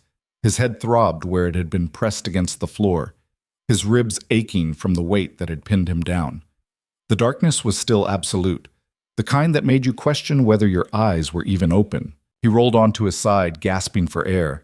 His hands scraped across the concrete, searching for anything he could use as leverage. His fingers found the edge of the transformer housing, and he hauled himself up, every muscle screaming protest. The vault was silent except for his own ragged breathing. Whoever had attacked him was gone. But the power was still out, which meant they'd sabotaged the transformer again before leaving. All that work for nothing. Ethan fumbled in his pockets for his phone before remembering it was dead. The work lights were gone too. He could feel the empty space where they'd been. He was alone in total darkness, with a compromised transformer and no way to call for help. His radio. He still had the radio. He unclipped it from his belt, his fingers finding the transmit button. "Anyone copy? This is Cole in the transformer vault. Does anyone copy?" Static hissed back at him.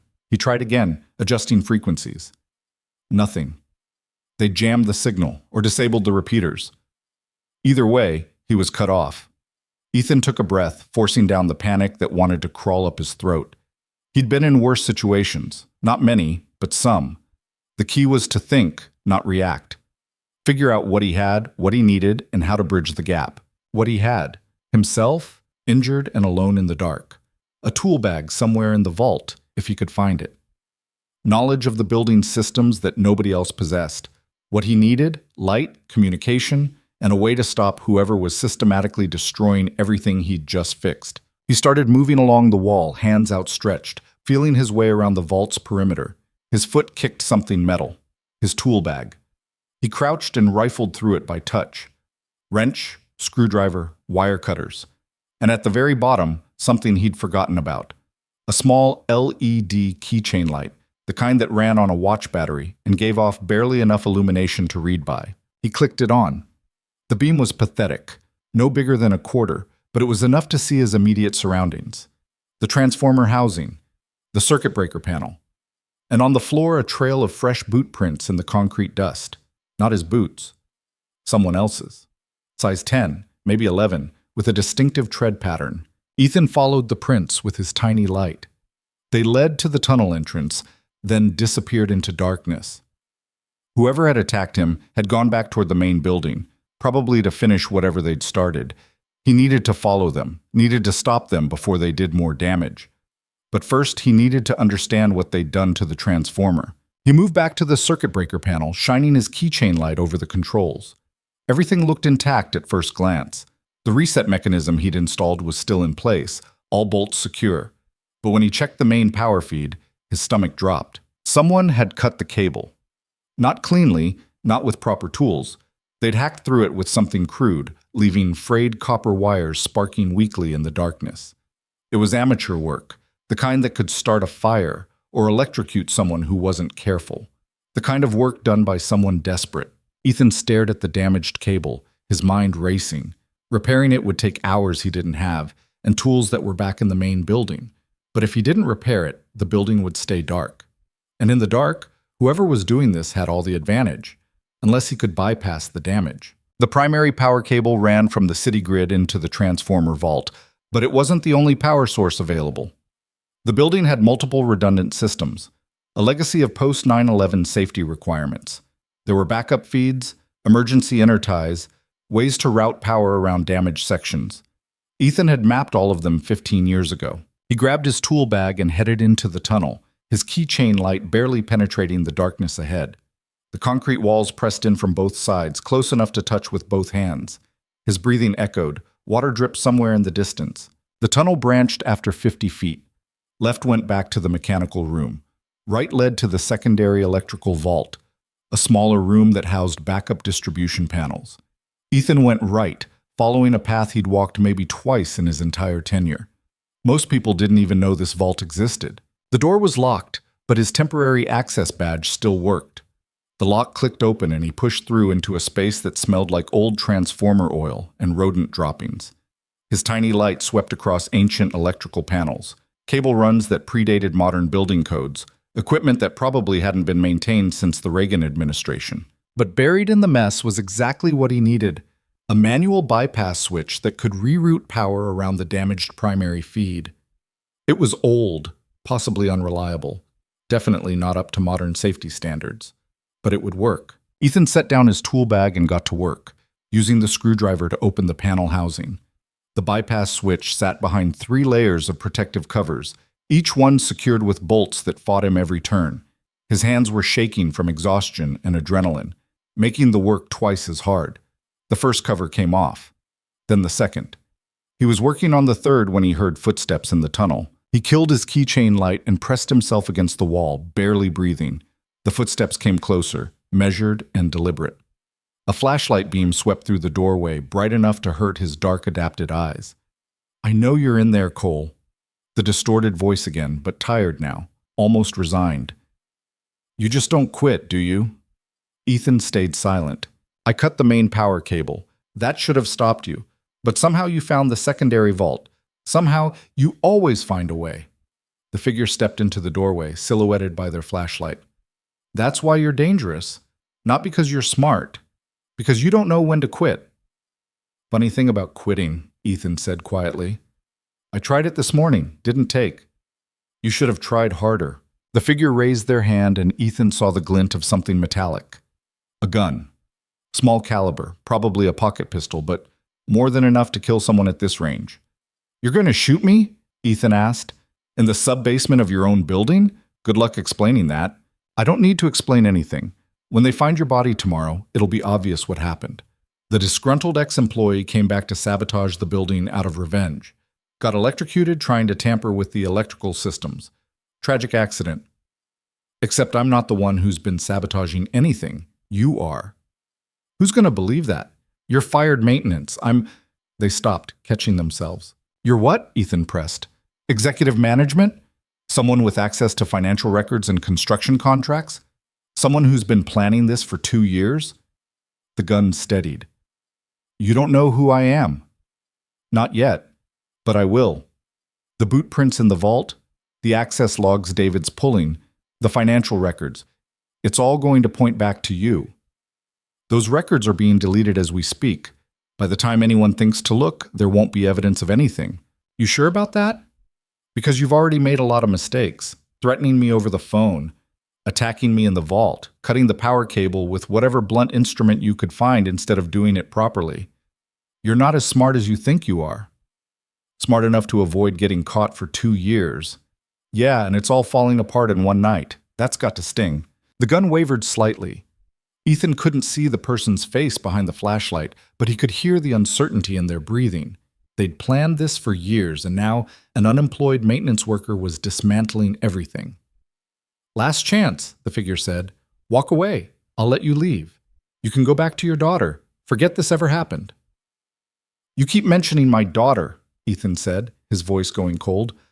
"That's another mistake." He grabbed his tool bag and swung it in a wide arc, aiming for where the voice was coming from. It connected with something solid, probably an arm, and the flashlight went spinning across the floor. The gun fired, deafeningly loud in the enclosed space, the bullet sparking off a metal conduit somewhere to Ethan's left. He didn't wait to see where the shooter was. He dove for the bypass switch panel, his hands finding the final protective cover in the darkness.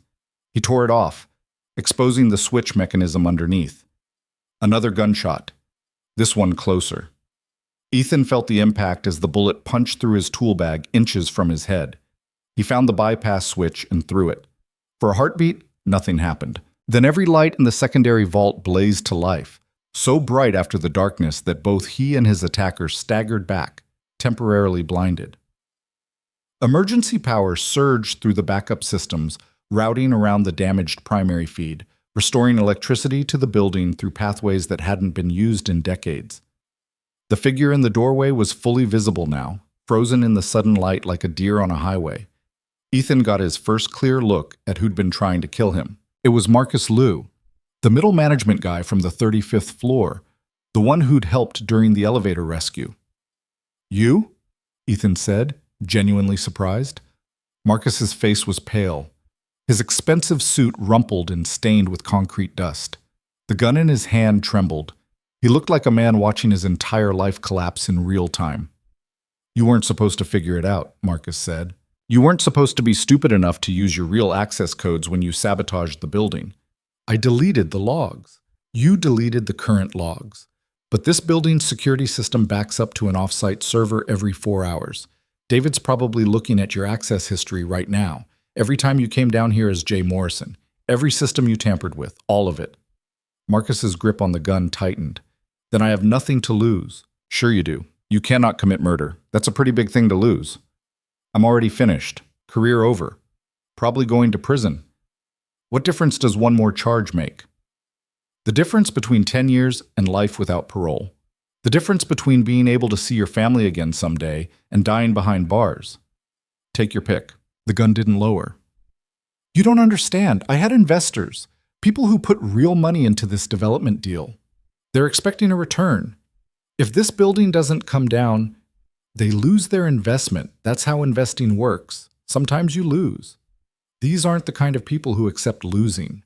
Ethan took a step forward, slow and careful.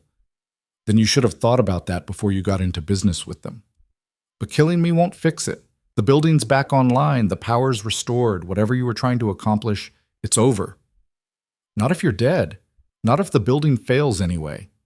One more catastrophic malfunction. One more critical system damaged. It could still work." "No," Ethan said firmly.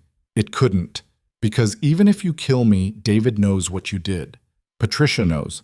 Claire Hale is going to find out. You can't put this back in the box." Marcus's hand was shaking badly now, the gun wavering between Ethan's chest and the floor. Sweat poured down his face. He looked like a man standing on the edge of a cliff, trying to decide whether to jump. "I'm not a bad person," Marcus said, his voice cracking. "I just wanted to make something of myself. Be more than middle management. Build something real." "By destroying something that already existed?" "This building was falling apart anyway. I just accelerated the timeline. People could have died. But they didn't because you saved them." Marcus let out a bitter laugh. "You're the hero. I'm the villain. Nice and clean. Nothing about this is clean. You sabotaged a building, endangered thousands of lives, tried to commit insurance fraud, tried to kill me. You think investors are your biggest problem? Wait until the criminal charges start rolling in." The gun finally lowered. Marcus's shoulders sagged like someone had cut his strings. "I'm going to prison." "Yeah, probably." "My wife, my kids, they're going to know what I did." "Better they know than you make it worse by adding murder to the list." Marcus looked at the gun in his hand like he'd forgotten he was holding it. Then he set it on the floor and kicked it toward Ethan. "I'm sorry. For what it's worth, I'm sorry. Tell it to the people you put in danger." Ethan picked up the gun, checked the safety, and tucked it into his belt. Then he grabbed his radio and tried again. This time, with power restored to the building, it crackled to life. "David, this is Cole. Do you copy?" "Ethan, thank God we just got full power back online. What happened down there? We lost contact. I have Marcus Liu in custody in the secondary electrical vault. He's your saboteur. He's also armed but no longer dangerous. I need security down here now. And get the police on the line. They're going to want to hear this."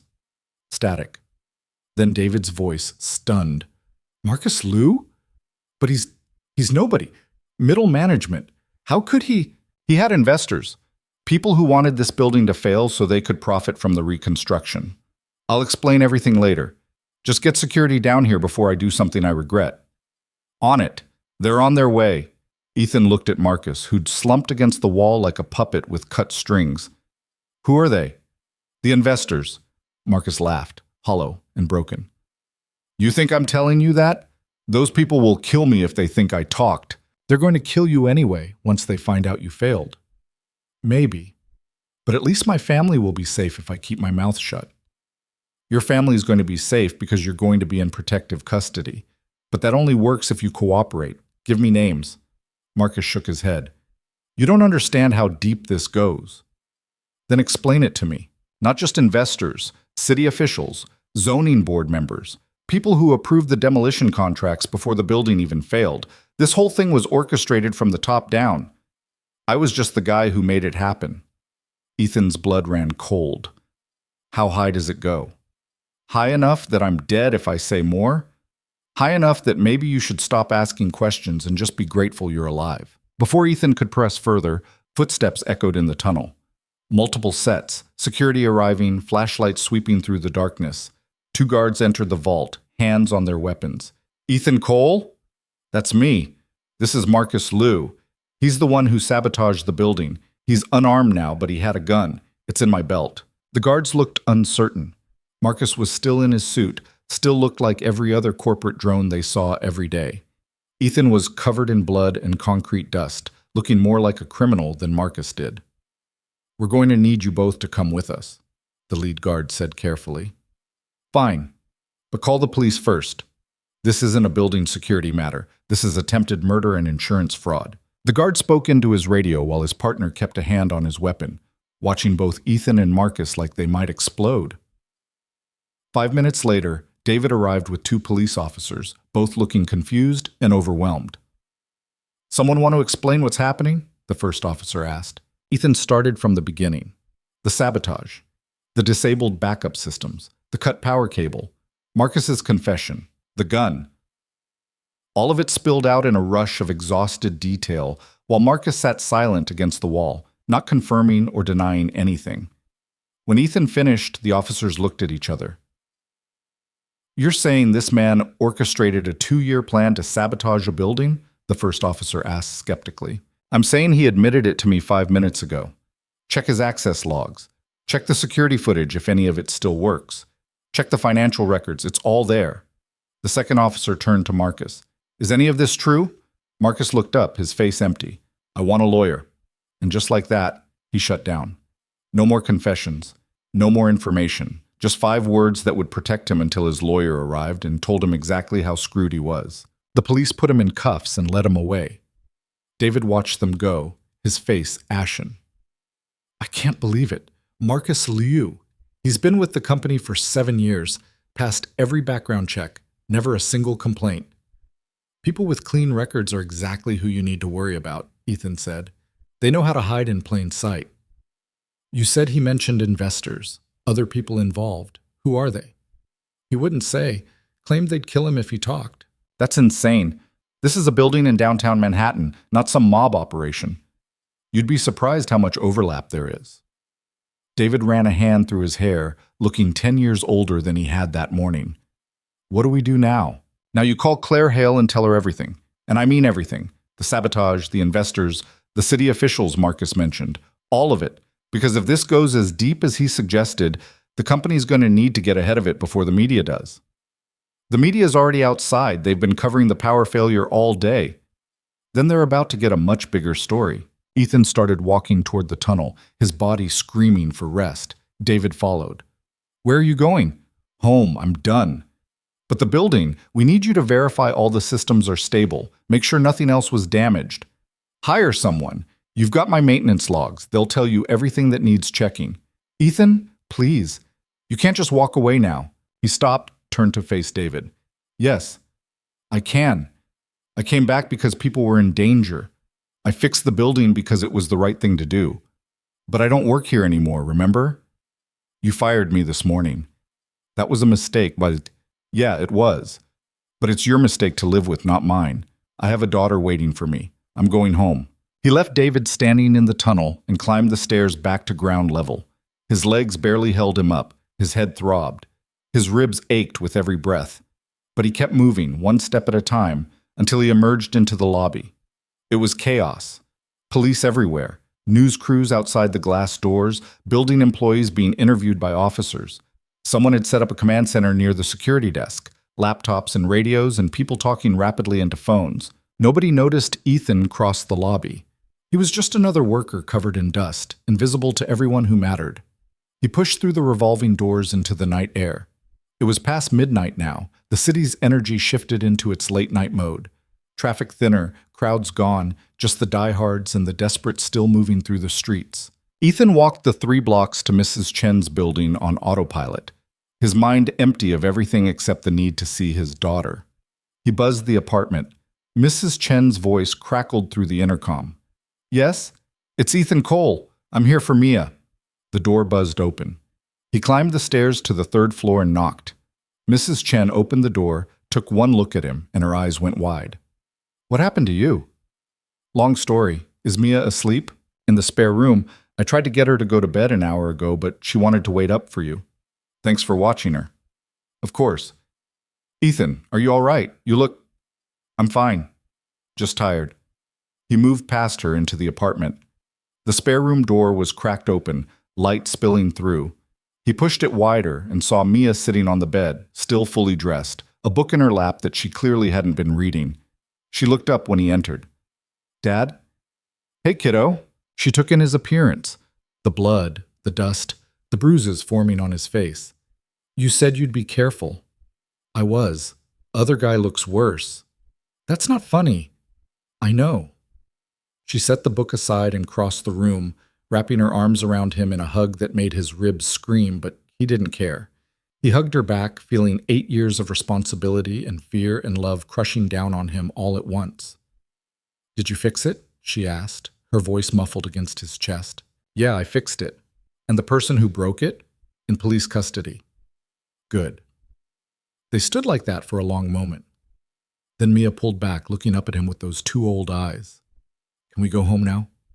"Yeah, we can go home." They thanked Mrs. Chen and headed out into the night.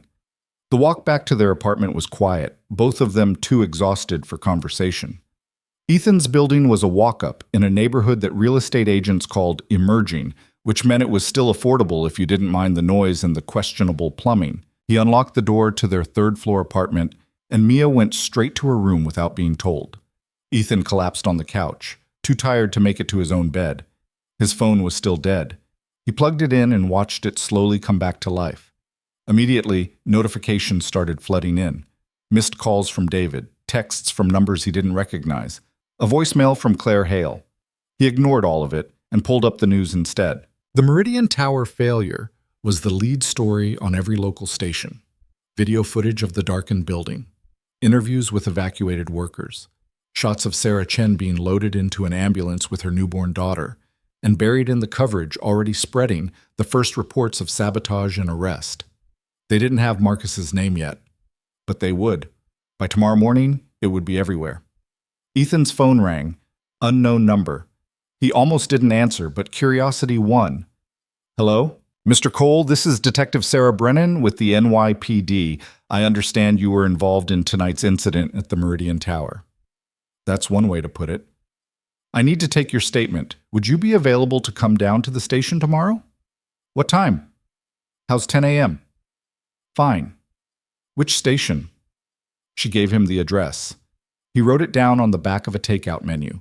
They ended the call, and Ethan sat staring at the phone, reality finally catching up with him. He was going to have to tell this story, over and over. To police, probably to prosecutors, maybe eventually to a courtroom if it went to trial. Every detail of what Marcus had done, what he'd admitted, who else was involved. And somewhere out there, the investors Marcus had mentioned were going to hear about the arrest and start calculating how to protect themselves. They'd bury evidence, threaten witnesses, do whatever it took to make sure the trail ended with Marcus and went no further, unless Ethan pushed harder. Unless he made sure the whole story came out. His phone buzzed, text from David. "Claire wants to meet with you tomorrow morning before you talk to the police. Says it's important." Ethan stared at the message. Part of him wanted to ignore it, show up at the police station and tell them everything he knew without the company trying to manage the narrative first. But another part, the part that had spent 15 years learning how corporate power worked, knew that Claire Hale didn't ask for meetings unless she had something to offer. He typed back, "Where and when?" "Her office, 8 a.m. "I'll be there." He set the phone down and closed his eyes, just for a moment. When he opened them again, sunlight was streaming through the window. He'd fallen asleep on the couch, still covered in concrete dust and dried blood, and morning had arrived whether he was ready for it or not. Ethan showered, scrubbing away the previous day's disaster. His body was a map of bruises and cuts, each one a reminder of how close he'd come to not making it home. He dressed in the cleanest clothes he had, khakis and a button-down that was only slightly wrinkled, and looked at himself in the mirror. Same guy who'd been fired yesterday morning, but somehow different. Something in his eyes had changed, hardened. He'd walked into that building as an invisible maintenance man and walked out as something else. What exactly, he couldn't say. But invisible wasn't it anymore. Mia was already up, eating cereal at the kitchen table.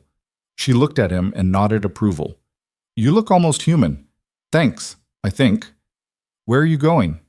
"Meeting with the CEO. Then police station. They're going to offer you your job back." "Probably." "Are you going to take it?" He sat down across from her. "I don't know yet. What do you think I should do?" She considered it, chewing thoughtfully. "I think you should make them pay you double what they were before, and give you a fancy title and an office with a window." "That's ambitious." "You saved their building. You saved people's lives. You caught a criminal. You should be ambitious." Out of the mouths of 8-year-olds. Ethan smiled despite himself. "When did you get so smart?" "I've always been smart. You just started listening." He left her with Mrs. Chen again, another favor he'd have to repay somehow, and headed for the Meridian Tower. The morning was bright and cold, the city waking up to news coverage of last night's events. He saw the headlines on newspaper stands and phone screens as he passed. Tower sabotage arrest. Building hero exposes fraud. Maintenance man saves thousands. He hated every word of it. The tower looked normal in the daylight, all its windows bright with restored power, no outward sign of the chaos it had contained. Ethan walked through the lobby, now familiar territory after yesterday's disaster, and took the elevator to the executive floor. Claire Hale's office occupied a corner with views that probably cost more than his annual salary. Her assistant waved him through without questions. Claire stood by the window, phone to her ear, still conducting business even at 8 in the morning. She saw him and ended the call. "Mr. Cole, thank you for coming. You made it sound important." "It is." She gestured to a chair. "Please, sit." He remained standing. "I have to be at the police station in 2 hours. Whatever this is, make it quick." She studied him for a moment, then nodded. "Fair enough. I'll be direct. The company owes you an apology, compensation for wrongful termination, and a significant offer to return as Director of Building Operations with full authority over all facilities management. Already offered, already declined. That was David's offer. This is mine. I'm prepared to triple your previous salary, provide full benefits including health insurance for you and your daughter, and give you complete autonomy over building safety systems. No more ignored maintenance reports. No more deferred repairs. If you say something needs fixing, it gets fixed." Ethan crossed his arms. "And in exchange?" "In exchange, you sign a non-disclosure agreement about yesterday's events and allow our legal team to coordinate with your police statement." There it was. The real offer.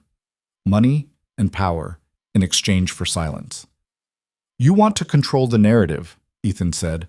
"I want to protect the company from liability that could bankrupt us. Marcus Liu worked here, used our access systems, exploited our security gaps. If this goes to trial, the company could be held responsible for everything he did. Maybe you should be. Your deferred maintenance made his sabotage possible." Claire's expression didn't change. "You're right. We failed. I failed. But destroying the company won't help the 3,000 people who work here and depend on their jobs. It won't help the tenants who lease space. It won't help anyone except lawyers."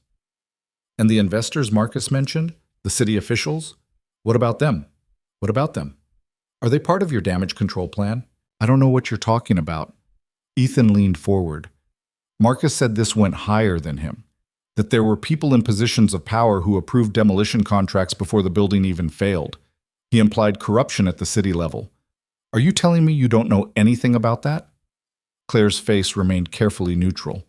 "I'm telling you that Marcus Liu will say anything to reduce his own culpability. And without evidence, his accusations are meaningless." Then you won't mind if I mention them to the police. I'd prefer you focus on what you witnessed directly. What Marcus did to the building, what he admitted to you, the physical evidence, not wild theories about vast conspiracies. They're not theories if they're true. And they're not true unless they can be proven. Can you prove them? No, he couldn't. Marcus had shut down the moment the police arrived. All Ethan had was a conversation in a dark vault that nobody else had witnessed. I didn't think so, Claire said gently. Mr. Cole, I understand your desire for justice. I share it, but sometimes justice is about catching the person who's definitely guilty, not chasing shadows that might not exist. And if those shadows are real, then the police investigation will uncover them. But that's not your job.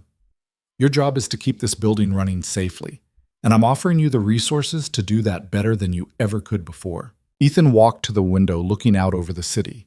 Somewhere down there, Mia was eating cereal with Mrs. Chen, waiting to find out what her father decided. Somewhere else, Sarah Chen was probably holding her newborn daughter, both of them alive because Ethan hadn't walked away when he had the chance. Triple salary, he said. Yes. Full autonomy. Complete. And I want it in writing that any safety concern I raise gets addressed within 30 days, or I can shut down affected building systems until it's fixed. Claire smiled. Done. Anything else? Yeah. I want an assistant, someone I can train, someone who'll know this building as well as I do in case something happens to me. Reasonable. We can post the position, no posting. I want Trevor Yao. She blinked. Who? The intern who was trapped in the elevator with Sarah Chen, the kid who helped me deliver that baby. He's smart, he stays calm under pressure, and he gives a damn. That's more important than experience. He's an intern in accounting. So, transfer him. You're the CEO. You can do that. Claire considered it, then nodded. Fine. Trevor Yao joined your department as your assistant. Is that everything? One more thing. The non-disclosure agreement. I'll sign it on one condition. Which is, if the police investigation finds evidence of the conspiracy Marcus mentioned, the NDA is void, and I'm free to talk to whoever I want about it. That's not how NDAs work. Then I guess we don't have a deal. They stared at each other across the expensive office, two people who understood exactly what was being negotiated. Claire wanted to protect her company. Ethan wanted to protect the truth. Both were legitimate goals and completely incompatible. Finally, Claire picked up her phone and pressed a button. Get legal in here, now. 3 lawyers arrived within minutes, all of them looking irritated at being summoned on short notice. Claire explained what Ethan wanted. They argued for 20 minutes about liability and precedent and contractual language. In the end, they drafted a compromise. The NDA would stand unless criminal charges were filed against anyone other than Marcus Liu related to the building sabotage. If that happened, Ethan would be released from the agreement. It wasn't perfect, but it was enough. Ethan signed, Claire signed, the lawyers witnessed. And just like that, he was an employee of the Meridian Tower again, this time with actual power to fix things instead of just documenting how they broke. He left Claire's office with a folder full of employment contracts and headed for the police station, arriving exactly on time. Detective Brennan met him in the lobby, a woman in her 40s with sharp eyes and the air of someone who'd heard every lie humanity could invent. She led him to an interview room and started asking questions. Ethan told her everything, exactly as it had happened. The sabotage generators, the cut power cable, the confrontation in the vault, Marcus's confession.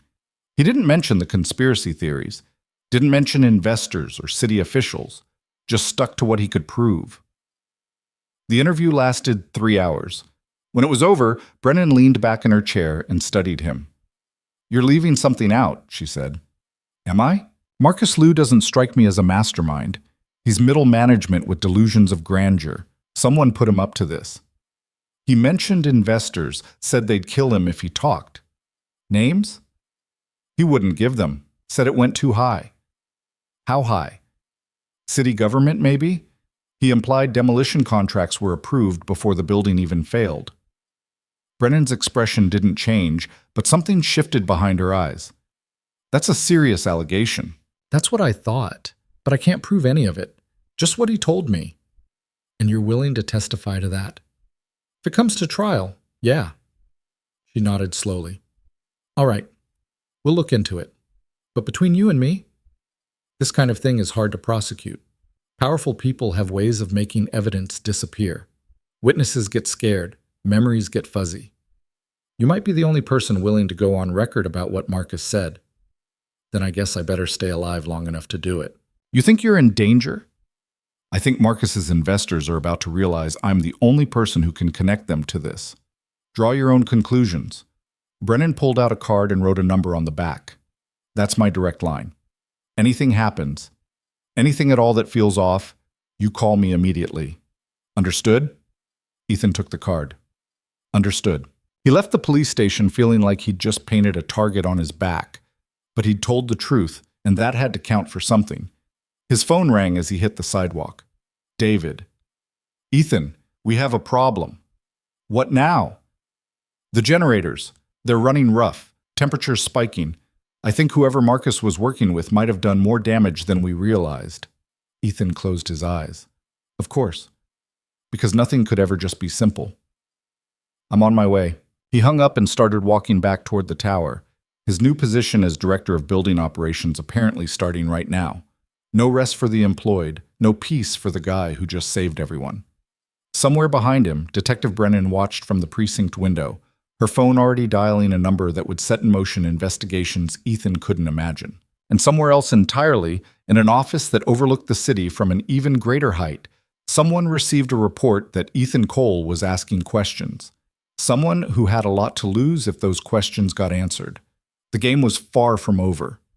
Ethan had just moved from the shadows into the light. And in that light, he was finally visible to the people who'd prefer he stayed forgotten. The generators were screaming by the time Ethan reached the mechanical room. Not the steady hum he'd restored the night before, but a high-pitched whine that meant bearings were failing or coolant wasn't circulating properly. He could feel the vibration through the floor before he even opened the door. David was already there, looking panicked. I didn't touch anything, I swear. I just came down to check on them, and they were like this. Ethan moved to the control panel, scanning the readouts. Temperature was climbing fast, way past normal operating range. Oil pressure was dropping, and the vibration pattern suggested something had come loose inside the housing. Kill number 2, Ethan said. Switch to 1 and 3 only. David hesitated. Are you sure? We need all 3 to maintain full building power. We need the building more than we need full power. Kill it before it tears itself apart. David hit the emergency stop. Generator 2 wound down with a groan that sounded almost human. The vibration lessened, but didn't disappear entirely. Ethan crouched beside the housing, pressing his hand against the metal. The heat was wrong, too localized. Get me a thermal camera, he said. We don't have one. Then get one. Call every tool supplier in the city if you have to. I need to see what's happening inside this thing. David pulled out his phone and started making calls while Ethan opened the housing panel. The interior was a maze of mechanical components, pistons, bearings, fuel injectors, cooling lines. Everything looked intact at first glance, but something was definitely wrong. He grabbed a flashlight and peered deeper into the mechanism. There, wedged between the cooling fins and the cylinder head, was a small metal object, deliberately placed, deliberately hidden. Ethan's blood ran cold. David called Detective Brennan, right now. What? Why? Because Marcus didn't work alone and whoever helped him just tried to destroy these generators. He carefully extracted the object with a pair of needle-nose pliers. It was a piece of hardened steel, shaped like a wedge, designed to work its way into the moving parts and cause catastrophic failure. Simple, effective, and completely invisible unless you knew where to look. That's sabotage, David breathed. Yeah, recent sabotage. This wasn't here last night when I restarted the generators. Someone came down here this morning and planted it. But the building's been swarming with police and security. How could anyone? Same way Marcus did it for 2 years, with authorized access and the knowledge that nobody pays attention to maintenance areas. Ethan's phone rang. Detective Brennan. Mr. Cole, we have a problem. Marcus Liu was released on bail 2 hours ago. Ethan's grip tightened on the phone. How is that possible? He tried to kill me. Judge set bail at $2 million. Someone posted it within 15 minutes. Cash bond. No questions asked. Let me guess. You don't know who? The bail bondsman claims attorney-client privilege. We're working on getting a court order, but these things take time. Time we don't have. Someone just tried to sabotage the generators again. This morning, after Marcus was released. Silence on the other end. Then, are you in the building now? In the mechanical room. With David Feng. Get out, both of you, right now. If someone's willing to post $2 million in bail and commit more sabotage, they're not playing games anymore. I can't just leave. The generators can wait. Your life can't. Get somewhere public and stay there until I send officers to you. Ethan looked at David, who'd gone pale. She wants us to evacuate. Maybe we should listen to her. Ethan turned back to the generators. One was shut down. 2 were running, but for how long? If whoever planted that wedge had done the same to the other generators, they could all fail within hours. And without generator power, the building would be back to emergency systems only, unless he checked them all right now and removed any sabotage before it could work. I need 20 minutes, Ethan said into the phone. You don't have 20 minutes. These people have already shown they're willing to kill, and 3,000 people are working above my head right now, trusting that this building won't collapse on them. I need 20 minutes to make sure it won't. Ethan, 20 minutes. Then I'm gone. I promise. He hung up before she could argue further and turned to David. You should leave. Get out of the building. This isn't your fight. The hell it isn't. This is my building too. Not worth dying for. Maybe not. But I'm not leaving you down here alone.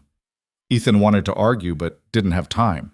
He moved to Generator 1, opening the housing and scanning for anything that looked out of place. Nothing obvious. He checked the cooling system, the fuel lines, the moving parts. Everything seemed normal. Generator 3 was the same. No wedges. No sabotage. Nothing to explain why they'd specifically targeted Generator 2 unless they wanted him to find it, wanted him to come down here and investigate, wanted him alone in the basement when they made their next move. David, we need to leave. Now. I thought you needed 20 minutes. It's a trap. The sabotage was bait. The lights went out. Not the generators this time, just the overhead fluorescents, plunging the mechanical room into darkness, broken only by the emergency lighting and the glow from the generator control panels. Ethan grabbed David's arm. Stairs! Now! They moved toward the exit, Ethan's free hand finding the wall to guide them. Behind them, footsteps echoed in the darkness. Multiple sets, coming closer. Go! Ethan hissed, shoving David toward the stairwell door. David ran. Ethan followed, his heart hammering. They burst through the stairwell door and started climbing, taking stairs 2 at a time. Below them, the door opened again. Their pursuers weren't running. Didn't need to. They knew where Ethan was going. Who are they? David gasped. Marcus's investors would be my guess. What do they want? Me quiet, permanently. They reached the ground floor. Ethan yanked open the door, and they spilled into the lobby. Bright, crowded, full of people going about their normal Wednesday morning. Safety in numbers. Nobody commits murder in front of witnesses. Except the lobby was emptying. People streaming toward the exits. A fire alarm was blaring. Did you pull that? David asked. No, did you? They looked at each other, the same realization hitting both of them. Someone had triggered a building evacuation. Someone was clearing out the witnesses. Ethan's radio crackled. All personnel, this is security. We have a fire alarm on the 40th floor. Please evacuate using the nearest stairwell in an orderly fashion. This is not a drill. Not a drill, but probably not a real fire either. They're clearing the building, Ethan said. Why would they? David's face went white. The generators. If they destroy them while the building's evacuating, it'll look like another catastrophic failure. More evidence that the building should be demolished. And anyone who gets hurt in the chaos is just collateral damage. Ethan turned and ran back toward the stairwell. David caught his arm. What are you doing? I have to stop them. You can't. There's at least 3 of them and you're one person. Then call the police. Tell them what's happening, but I can't let them destroy those generators. He pulled free and dove back into the stairwell, descending into the basement while everyone else in the building was going up. The footsteps he'd heard before were gone. His pursuers had either given up or taken a different route. The mechanical room door was closed, but unlocked. Ethan pushed through carefully, half expecting an ambush. The room was empty. The generators hummed their normal rhythm. Everything looked exactly as he'd left it. Too exactly. He moved to the control panel and his stomach dropped. Someone had bypassed the safety systems, disabled the automatic shutdown triggers, overridden the temperature limits. The generators would keep running even as they tore themselves apart. And when they finally failed, they'd fail catastrophically, possibly explosively. Ethan's hands flew over the controls, trying to reverse the changes. But whoever had done this knew what they were doing. The overrides were locked behind password protections he didn't have access to. His phone rang. Unknown number. He answered. "You should have walked away." A different voice this time. Older, calm, with the confidence of someone used to giving orders and having them followed. "This didn't have to involve you." "Who is this?" "Someone who's trying to do business in this city. Someone you're making that very difficult for." "Good. Hope I made it impossible." "You're being childish. This is bigger than you understand. The Meridian Tower was supposed to come down.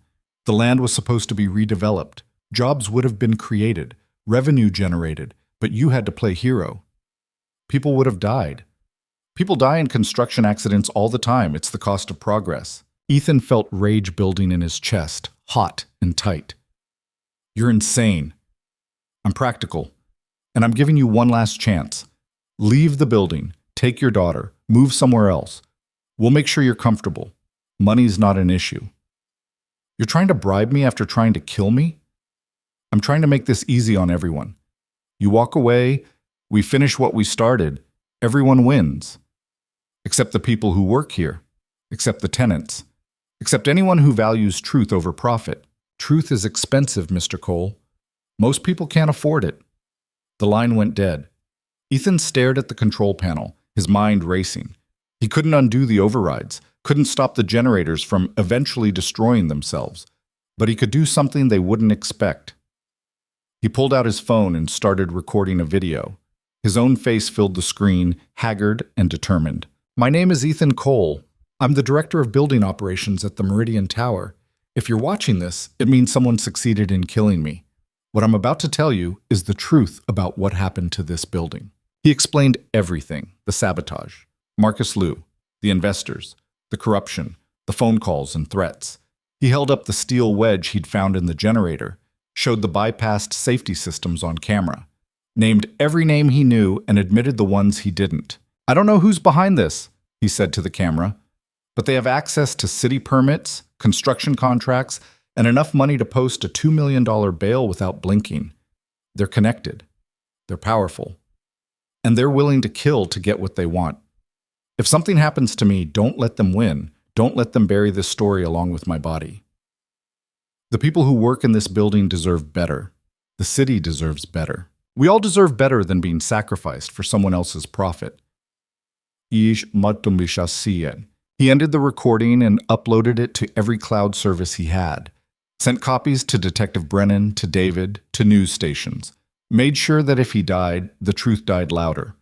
Then he got to work trying to save the generators one more time. The override codes were complex, but they followed patterns.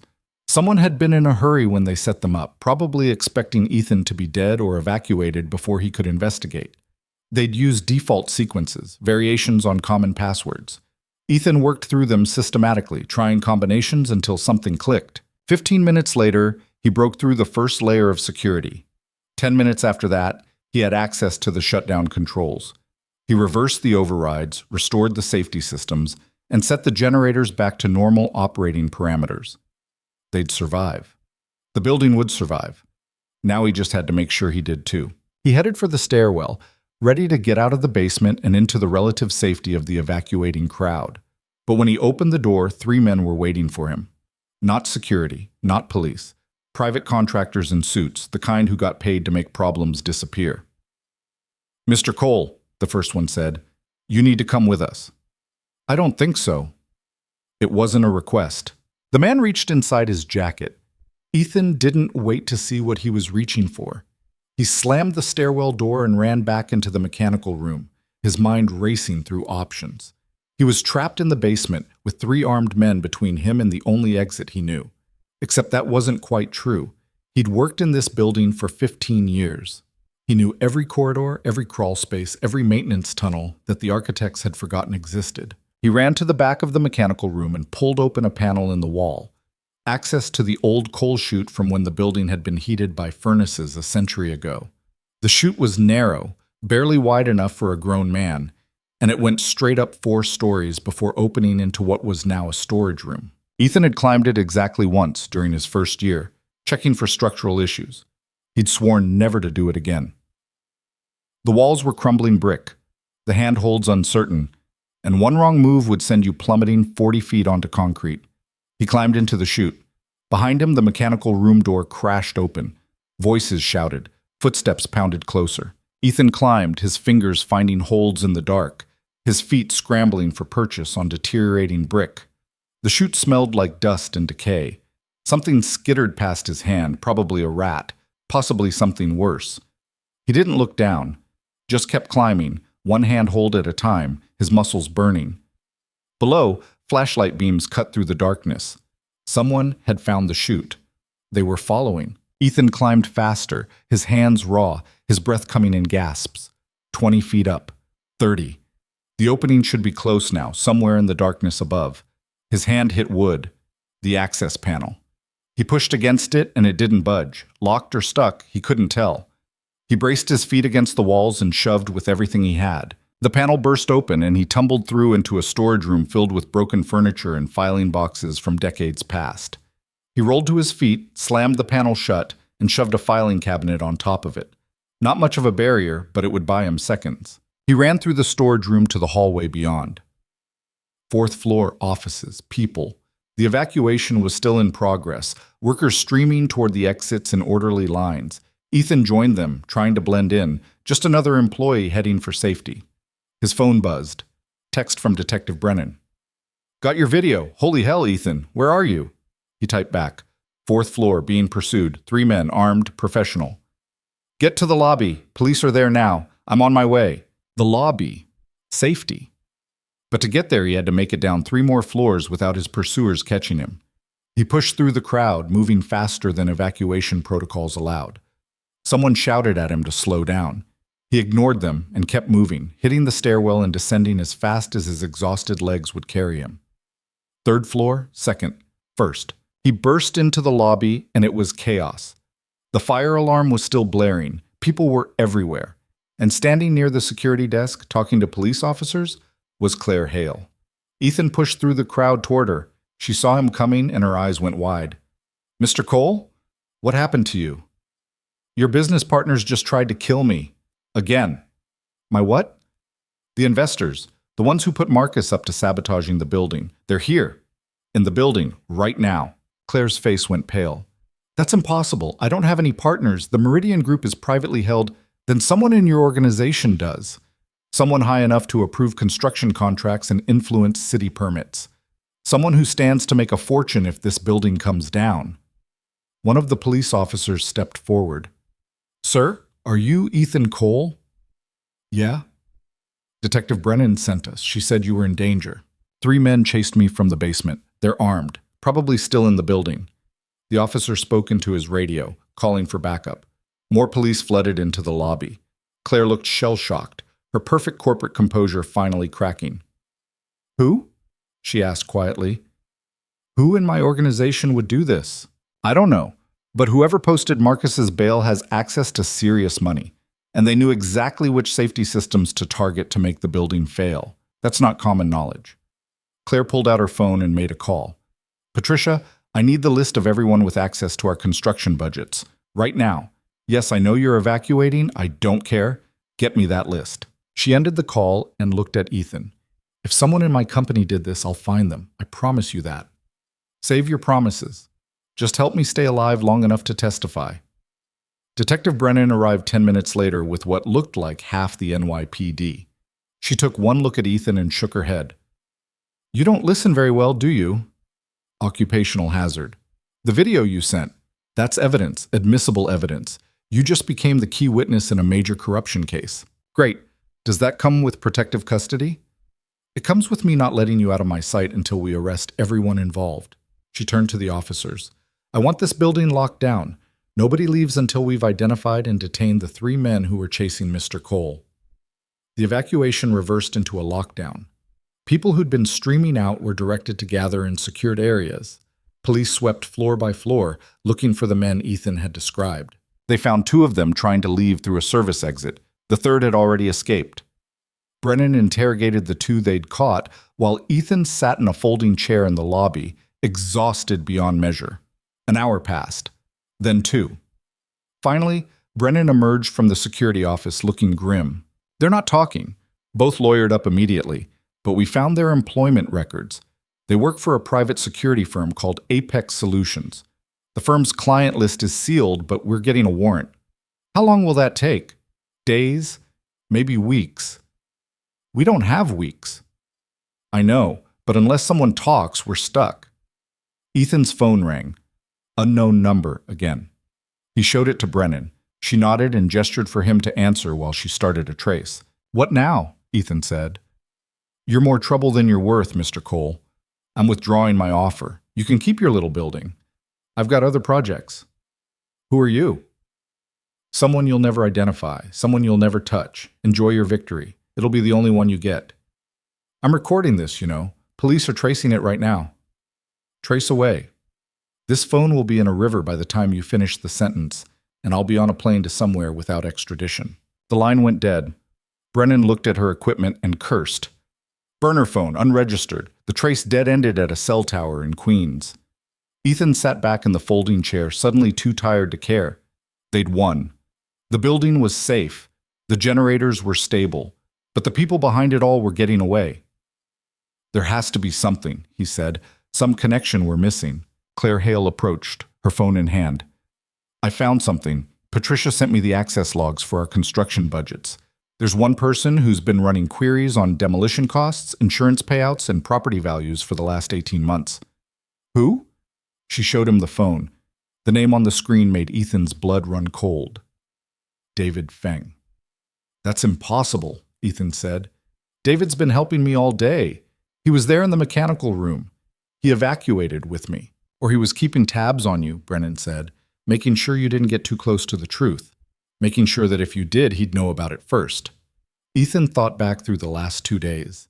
David calling him back to the building, David offering his job back, David always being right there, helpful and concerned and perfectly positioned to know everything Ethan was doing. Where's he now? Ethan asked. Claire checked her phone. His badge was last scanned leaving the building 20 minutes ago. He ran, Brennan agreed. But he made a mistake. He used his real badge. We have his home address, his bank accounts, his car registration. He's not getting far. She was right. They picked up David Feng at JFK Airport 3 hours later, trying to board a flight to the Cayman Islands. In his carry-on bag, they found 2 passports, $50,000 in cash, and a laptop with files detailing the entire conspiracy. It turned out David had been embezzling from the building's maintenance budget for 7 years, funneling money into offshore accounts while letting critical systems deteriorate. When that wasn't enough, he'd partnered with investors who saw an opportunity to profit from demolition and redevelopment. Marcus Liu had been their inside man, doing the actual sabotage while David made sure the damage went unnoticed and unreported. The laptop had names, real names. City officials who'd approved demolition permits before the building failed, investors who'd shorted the building's insurance stock, construction companies ready to bid on the rebuild before anyone knew there would be one. The investigation would take months, trials would take years. But the conspiracy was broken, the evidence was solid, and Ethan's testimony would make sure everyone involved faced justice. A week later, Ethan stood in the mechanical room he'd fought so hard to save, showing Trevor Yao how to read the generator control panels. This readout shows temperature, he said, pointing. If it goes above this line, something's wrong. You shut down immediately and call me. Trevor nodded, taking notes on a tablet. The kid was a quick learner, absorbing information like a sponge. He'd transferred from accounting without hesitation, trading spreadsheets for machinery like it was a natural progression. What if you're not available? Trevor asked. Then you trust your training and handle it yourself. That's why I'm teaching you this stuff. But what if I mess up? Mess. You will mess up. Probably multiple times. The question is whether you learn from it or let it break you. Trevor looked uncertain. Ethan recognized that expression. He'd worn it himself 15 years ago, fresh out of trade school, taking his first maintenance job and terrified of making mistakes that could hurt people. Let me tell you something, Ethan said. Nobody cares about maintenance until something breaks. We're invisible when things work. But when they don't work, we're the only thing standing between functioning infrastructure and catastrophic failure. That's responsibility. That's pressure. And that's why you have to be someone who gives a damn. I do give a damn. I know. That's why I picked you. They continued the training, working through scenarios and emergency procedures. After an hour, Trevor's tablet was full of notes, and his head was probably spinning. That's enough for today, Ethan said. Go home. Process what you learned. Come back tomorrow ready to learn more. Trevor hesitated at the door. Can I ask you something? Sure. Why'd you come back? After they fired you? After everything they did? Why'd you come back and save them? Ethan thought about it. The question had been asked a dozen times by reporters, investigators, people who couldn't understand why someone would risk their life for a company that had thrown them away. I didn't save the company, he said finally. I saved the people inside the building. There's a difference. The company's just a name on a piece of paper. But 3,000 people go to work here every day. They deserve to come home safe. That's worth fighting for. Trevor nodded slowly. That makes sense. After he left, Ethan sat alone in the mechanical room, listening to the generators hum their steady rhythm, the sound that had been the background of his life for 15 years, the sound he'd thought he'd lost yesterday morning when they fired him. His phone buzzed. Text from Mia. Mrs. Chen made dinner. You coming home or living in that basement now? He smiled and typed back, coming home. Be there in 20. One more check of the systems. One more walk through the space that had become more familiar than his own apartment. Everything running smooth. Everything stable. Ethan Cole turned off the lights and headed for the stairs, leaving behind the building he'd saved but no longer needed to prove anything to. He'd been invisible for 15 years. Then for one day, he'd been essential. Now he was something in between.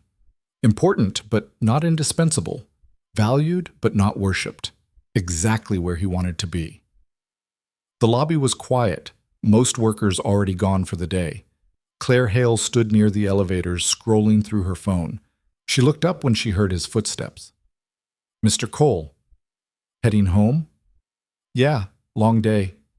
Longer week. I wanted to thank you, properly, for everything you did. You already thanked me, with the salary and the job offer. That was payment for services. This is different. You exposed corruption in my company. You risked your life to protect people I'm responsible for. That deserves more than money. What it deserves is for you to learn from it. Don't let this happen again. Don't let people become invisible just because they work in the basement. Don't cut corners on safety because someone promises it'll save money. Because this is what happens when you do. Claire's expression hardened, not with anger, but with something like resolve. You're right. I let this company operate on autopilot. Trusted people I shouldn't have trusted, ignored warnings I should have heeded. That changes now. Good. Because if it doesn't, I'll resign and make sure everyone knows why. I believe you would. They stood in silence for a moment. Then Claire extended her hand. Thank you, Ethan, for being someone who gave a damn when it mattered. He shook it. That's what maintenance does. We give a damn about things everyone else ignores until they break. He left her standing there and walked out into the evening, the city alive with noise and light around him. Somewhere above, the Meridian Tower glowed against the darkening sky, every window bright with the power he'd restored.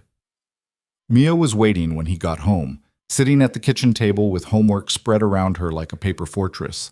She looked up when he entered. You're late. 15 minutes. Still late. He sat down across from her. How was school? Boring. Everyone wanted to talk about you, about the building and the rescue and the corruption. I told them you were just doing your job. What'd they say to that? That doing your job shouldn't almost get you killed. They might have a point. Mia set down her pencil. Are you going to keep working there, knowing what could happen? It was the same question Trevor had asked, phrased differently. The question everyone wanted answered. Why stay with a company that had thrown him away? Why fight for people who hadn't fought for him? Yeah, Ethan said. I'm staying, because someone has to make sure that building stays safe, and I'm good at it, better than anyone else they could hire. That's not a good enough reason. It's the only reason that matters. I know that building better than I know myself. Every pipe, every wire, every system. If I walk away, someone else has to learn it from scratch. And while they're learning, things could go wrong. People could get hurt. That's not your responsibility. Maybe not, but I'm making it my responsibility anyway.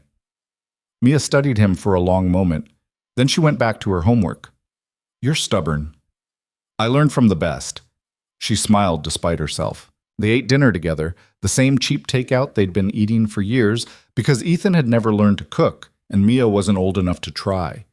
They talked about school and maintenance procedures, and the way the city looked from the 40th floor. Normal conversation, normal life. Like the last 48 hours had been a dream. But they hadn't been a dream. They'd been real. And Ethan had the bruises and the news coverage and the new job title to prove it. Later, after Mia was asleep, he sat on the couch and pulled up the news coverage on his phone. The story had gone national. Building sabotage. Corruption exposed. Maintenance worker becomes hero. They'd turned him into something he wasn't, a symbol of working-class resilience and corporate accountability. He hated it. But he understood it. People needed stories, needed to believe that one person could make a difference, that doing the right thing mattered even when it was hard, that corruption couldn't win if enough people refused to let it. Whether that was true or not, Ethan didn't know. But he'd done what he could, saved who he could, exposed what he could. The rest was up to people with more power and better lawyers than him. His phone buzzed one last time. Text from Sarah Chen, the woman from the elevator. My daughter's name is Hope. We named her that because of you. Thank you for giving us a future. Ethan stared at the message for a long time. Then he typed back, thank you for letting me be part of it. He set the phone down and closed his eyes. Tomorrow he'd go back to the building, train Trevor, check systems, file reports, the invisible work that kept everything running. But tonight, he was just a father sitting in a cheap apartment, knowing his daughter was safe in the next room, knowing that 3,000 people would go to work tomorrow in a building that wouldn't kill them. It wasn't heroic, it wasn't glamorous, but it was enough. Because sometimes the quiet ones, the invisible ones, the ones nobody notices until everything falls apart, are the ones holding the whole thing together. And when they finally get seen, when they finally get heard, they don't need to be perfect or extraordinary. They just need to give a damn when it matters most. Ethan Cole had done that. He'd been thrown away and come back, been invisible and become essential, been forgotten and proved unforgettable. Not because he was special, but because when everyone else ran, he stayed. When everyone else gave up, he pushed through. When everyone else looked away, he looked closer. That was the lesson, if there was one. That ordinary people doing ordinary work can be extraordinary when it counts. That the person who knows how things work is just as important as the person who decides what gets built. That respect isn't given, it's earned through showing up even when nobody's watching. Ethan had earned it, not with speeches or grand gestures, but with 15 years of showing up, of knowing what he knew and using it when it mattered. And now, finally, people understood that what he did every day, the invisible work, the thankless maintenance, the constant vigilance, was what kept their world from falling apart. They'd never forget the man they'd thrown away. And he'd never forget that he was worth more than they'd believed. That was enough.